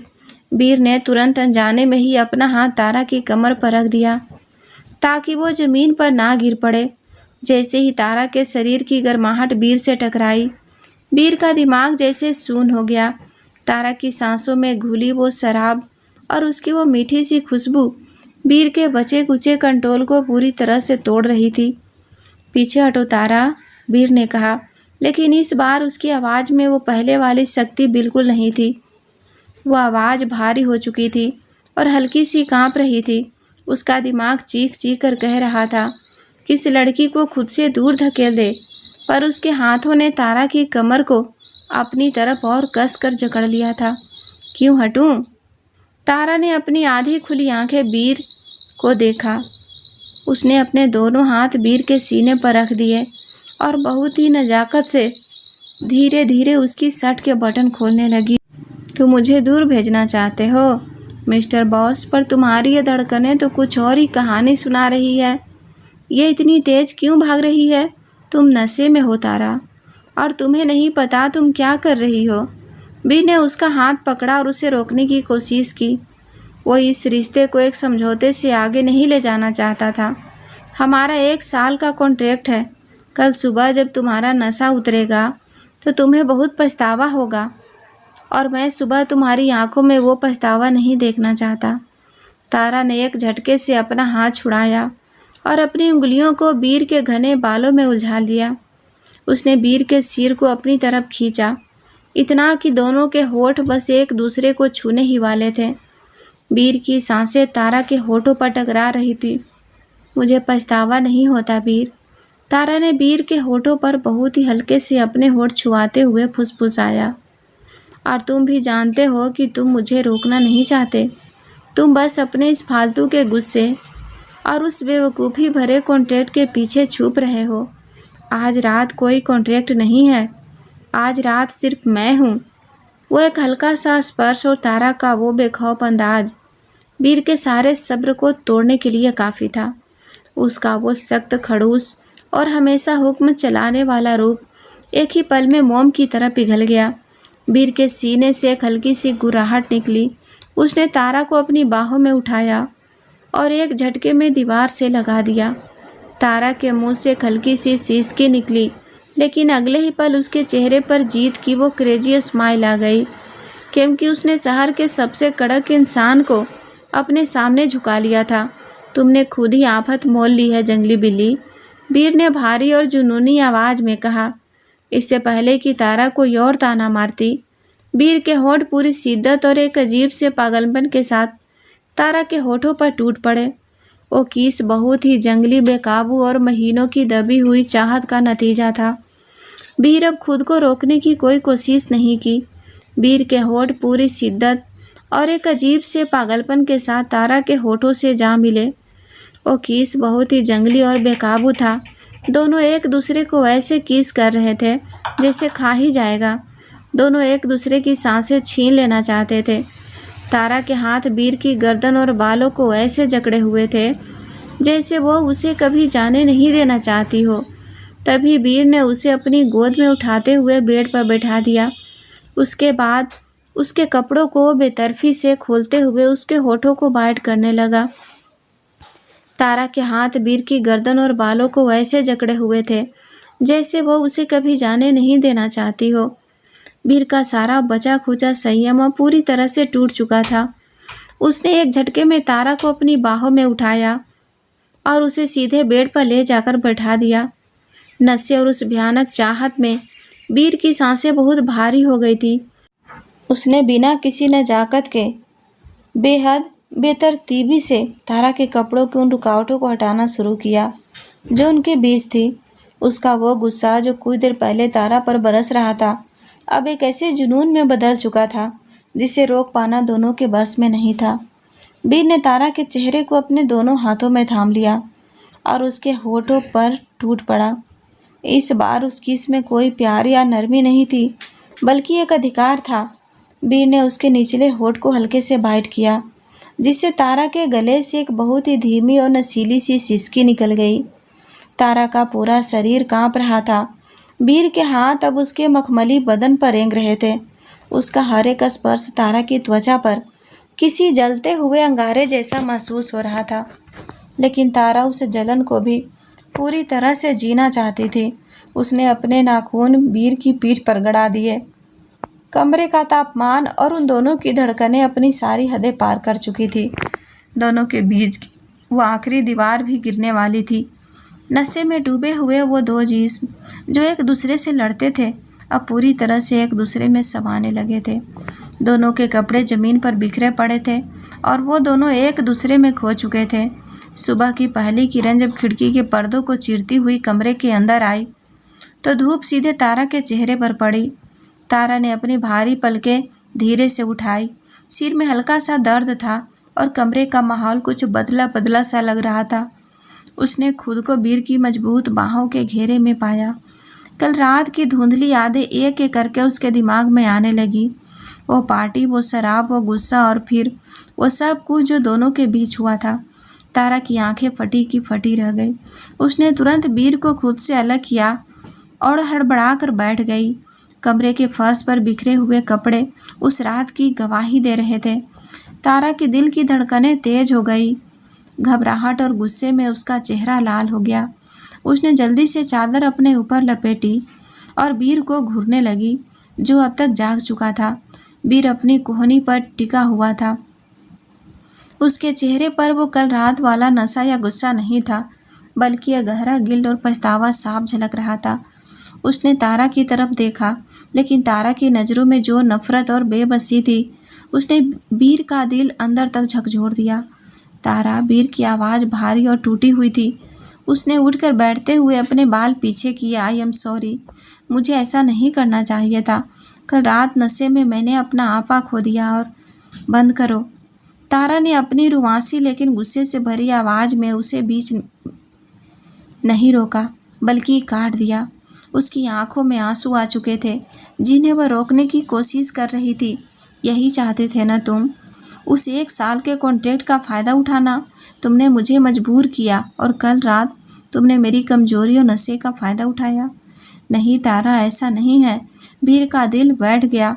उसे वह गिल्ट अंदर ही अंदर खा रहा था कि उसने गुस्से में सब कुछ तबाह कर दिया। मैं मानता हूँ कि मैंने बहुत बड़ी गलती की है। मैं इसके लिए अपनी पूरी जिम्मेदारी लेता हूँ। तुम चाहो तो अभी इस कॉन्ट्रैक्ट को तोड़ सकती हो। मैं तुम्हें आज़ाद करता हूँ। और हाँ, सोनिया के बारे में जो सच कल रात ऑफिस की उस फाइल से सामने आया था कि वही राजीव के साथ मिलकर हमारी कंपनी को डुबाना चाहती थी और हमारे खिलाफ साजिश रच रही थी, मैंने उसे सुबह ही कंपनी से निकाल दिया है। तारा ने अपनी लाल आंखें उठाई। उसे सोनिया की हरकतों का जानकर कोई हैरानी नहीं हुई, लेकिन इस वक्त उसका दिल टूटा हुआ था। मुझे तुम्हारी आज़ादी नहीं चाहिए वीर, तारा ने अपनी आवाज़ को कड़ा करते हुए कहा। हालांकि उसका गला रूंधा हुआ था। और ना ही मुझे तुम्हारा यह गिल्ट चाहिए। कल रात जो हुआ वो एक बहुत बड़ी भूल थी। हम दोनों ने होश खो दिया था, लेकिन इसका मतलब यह नहीं कि तुम मुझे खरीद चुके हो। तारा ने बिना एक पल गंवाए अपना सामान उठाया, अपने कपड़े समेटे और बाथरूम की तरफ भाग गई। वीर वहीं बेड पर पत्थर की मूर्ति की तरफ बैठा रहा। उसे समझ नहीं आ रहा था कि वो इस रिश्ते को कैसे ठीक करे।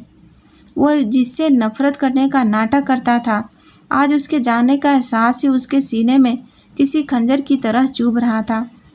तारा ने बाथरूम का दरवाज़ा खोला और अपने कपड़े बदलकर सीधे बाहर आ गई। उसका चेहरा उतरा हुआ था, आंखों में हल्की सी नमी थी, लेकिन तेवर अभी भी वैसे ही सख्त थे। उसने अपना बैग उठाया और बिना वीर की तरफ देखे कमरे के दरवाजे की तरफ बढ़ गई। तारा रुको, वीर ने बेड से उठते हुए उसे पुकारा। उसकी आवाज़ में एक लाचारी थी जो आज तक किसी ने नहीं सुनी थी। तारा के कदम रुक गए। उसने पीछे मुड़कर वीर को देखा। वीर उसके ठीक सामने आकर खड़ा हो गया। उसकी आंखों में वो पछतावा साफ दिख रहा था, जो सिर्फ किसी अपने को खोने के डर से पैदा होता है। कहाँ जा रही हो? वीर ने बहुत धीमी और कांपती हुई आवाज़ में पूछा। घर छोड़कर। तारा ने अपनी पलकें झपकाई और एक कड़वी सी हंसी हंसी। घर? कौन सा घर वीर? यह तो एक कॉन्ट्रैक्ट था ना, 1 साल का समझौता। और कल रात जो हुआ वो उस कॉन्ट्रैक्ट का हिस्सा नहीं था। वीर का दिल जैसे बैठ गया। उसने एक कदम आगे बढ़ाकर तारा का हाथ पकड़ना चाहा, लेकिन तारा ने अपना हाथ पीछे खींच लिया। मैं गलती की माफ़ी मांगने से पीछे नहीं हट रहा तारा, वीर ने अपनी आवाज़ को संभालते हुए कहा। और इस बार उसकी आंखों से वो सारा अड़ियलपन गायब हो चुका था। मैं मानता हूँ कि कल रात हम दोनों नशे में थे। गलती सिर्फ तुम्हारी नहीं थी, गलती मेरी भी उतनी ही थी। मैंने अपना आपा खो दिया था। लेकिन तारा, सच तो यह है कि मैं उस गलती के लिए खुद को कभी माफ़ नहीं कर पाऊँगा अगर तुम मुझसे दूर चली गई। तारा ने हैरान होकर वीर को देखा। उस खूंखार, जिद्दी और हर बात पर हुक्म चलाने वाले इंसान को आज अपने सामने इस तरह झुकते देखना तारा के लिए किसी चमत्कार से कम नहीं था। तुम मुझसे माफ़ी मांग रहे हो वीर? तारा का गला भर आया। तुम जो हर चीज़ पर अपना कंट्रोल चाहते थे। हाँ, वीर ने बिना किसी झिझक के तारा के दोनों हाथों को अपने मजबूत हाथों में थाम लिया। इस बार उसकी पकड़ में कोई अधिकार नहीं, बल्कि एक डर था, तारा को खोने का डर। क्योंकि जब सुबह मैंने तुम्हें अपनी बाहों में देखा तो मुझे एहसास हुआ कि मैं जिस नफ़रत का नाटक 6 महीने से कर रहा था वो कब प्यार में बदल गई मुझे पता ही नहीं चला। मैं तुमसे प्यार करता हूँ तारा, तुम्हारी उस सनक से, तुम्हारी उस बेवकूफ़ी से, तुम्हारी उस बगावत से मुझे तुमसे प्यार हो गया है। तारा की आंखें फटी की फटी रह गई। उसका गुस्सा, उसकी नाराज़गी, वो सारा ढोंग एक सेकंड में हवा हो गया। उसने वीर की आंखों में झांका और वहाँ उसे सिर्फ और सिर्फ अपने लिए बेइंतहा मोहब्बत और सच्चाई दिखाई दी। तारा का चेहरा थोड़ा नरम पड़ा, लेकिन उसने अपनी पुरानी आदत नहीं छोड़ी। उसने अपनी एक भौहें चढ़ाई और हल्का सा मुस्कुराते हुए बोली, प्यार तो तुम मुझसे करते हो, पर तुम्हारा ये बात कहने का तरीका बहुत बोरिंग है, मिस्टर एंग्री बर्ड। वीर के चेहरे पर एक राहत भरी और बहुत ही खूबसूरत मुस्कान आ गई। उसकी आंखों की चमक वापस लौट आई थी। बोरिंग है, वीर ने मज़े लेते हुए कहा और बिना एक भी पल गंवाए तारा की कमर पर अपना हाथ रखकर उसे अपनी तरफ खींच लिया। तो चलो इसे थोड़ा इंटरेस्टिंग बना देते हैं। इससे पहले कि तारा कोई और ताना मारती, वीर के होठ पूरी शिद्दत और एक बेइंतहा मोहब्बत के साथ तारा के होठों पर झुक गए। वो किस कोई पछतावा या मजबूरी नहीं थी, बल्कि वो उन दोनों दिलों का एक दूसरे के नाम पर हमेशा के लिए मुहर लगाना था। तारा ने भी बिना किसी हिचकिचाहट के अपने दोनों हाथ वीर की गर्दन के चारों तरफ लपेट लिए और पूरी शिद्दत से उस किस का जवाब दिया। इस बार ना कोई नफरत थी, ना कोई युगो, बस दो ऐसे लोग थे जो अपने कमियों के साथ एक दूसरे के लिए बने थे। 2 घंटे बाद जब वे दोनों मेंशन वापस लौटे तो घर का माहौल बिल्कुल बदला हुआ था। दादी लिविंग रूम में बैठी थी। उन्होंने जब तारा और वीर को एक साथ एक अजीब सी खामोशी और चेहरे पर उस सुकून के साथ आते देखा तो उनके बूढ़े चेहरे पर एक बहुत ही प्यारी और संतुष्ट मुस्कान आ गई। दादी समझ चुकी थी कि जिस समझौते की शुरुआत नफरत से हुई थी उसका अंत आखिरकार प्यार की जीत पर हुआ है। वक्त बीतता गया। वो 1 साल का कॉन्ट्रैक्ट जो कभी एक सज़ा और मजबूरी लगता था, कब उनकी ज़िंदगी की सबसे खूबसूरत हकीकत बन गया, दोनों को पता ही नहीं चला। वीर का वो गुस्सा और तारा की वो सनक अब एक दूसरे की सबसे बड़ी आदत बन चुकी थी। अदालत के कागजों में वो शादी भले ही एक समझौता थी, लेकिन इस मेंशन की 4 दीवारों के बीच उन दोनों दिलों ने एक दूसरे को हमेशा के लिए अपना मान लिया था।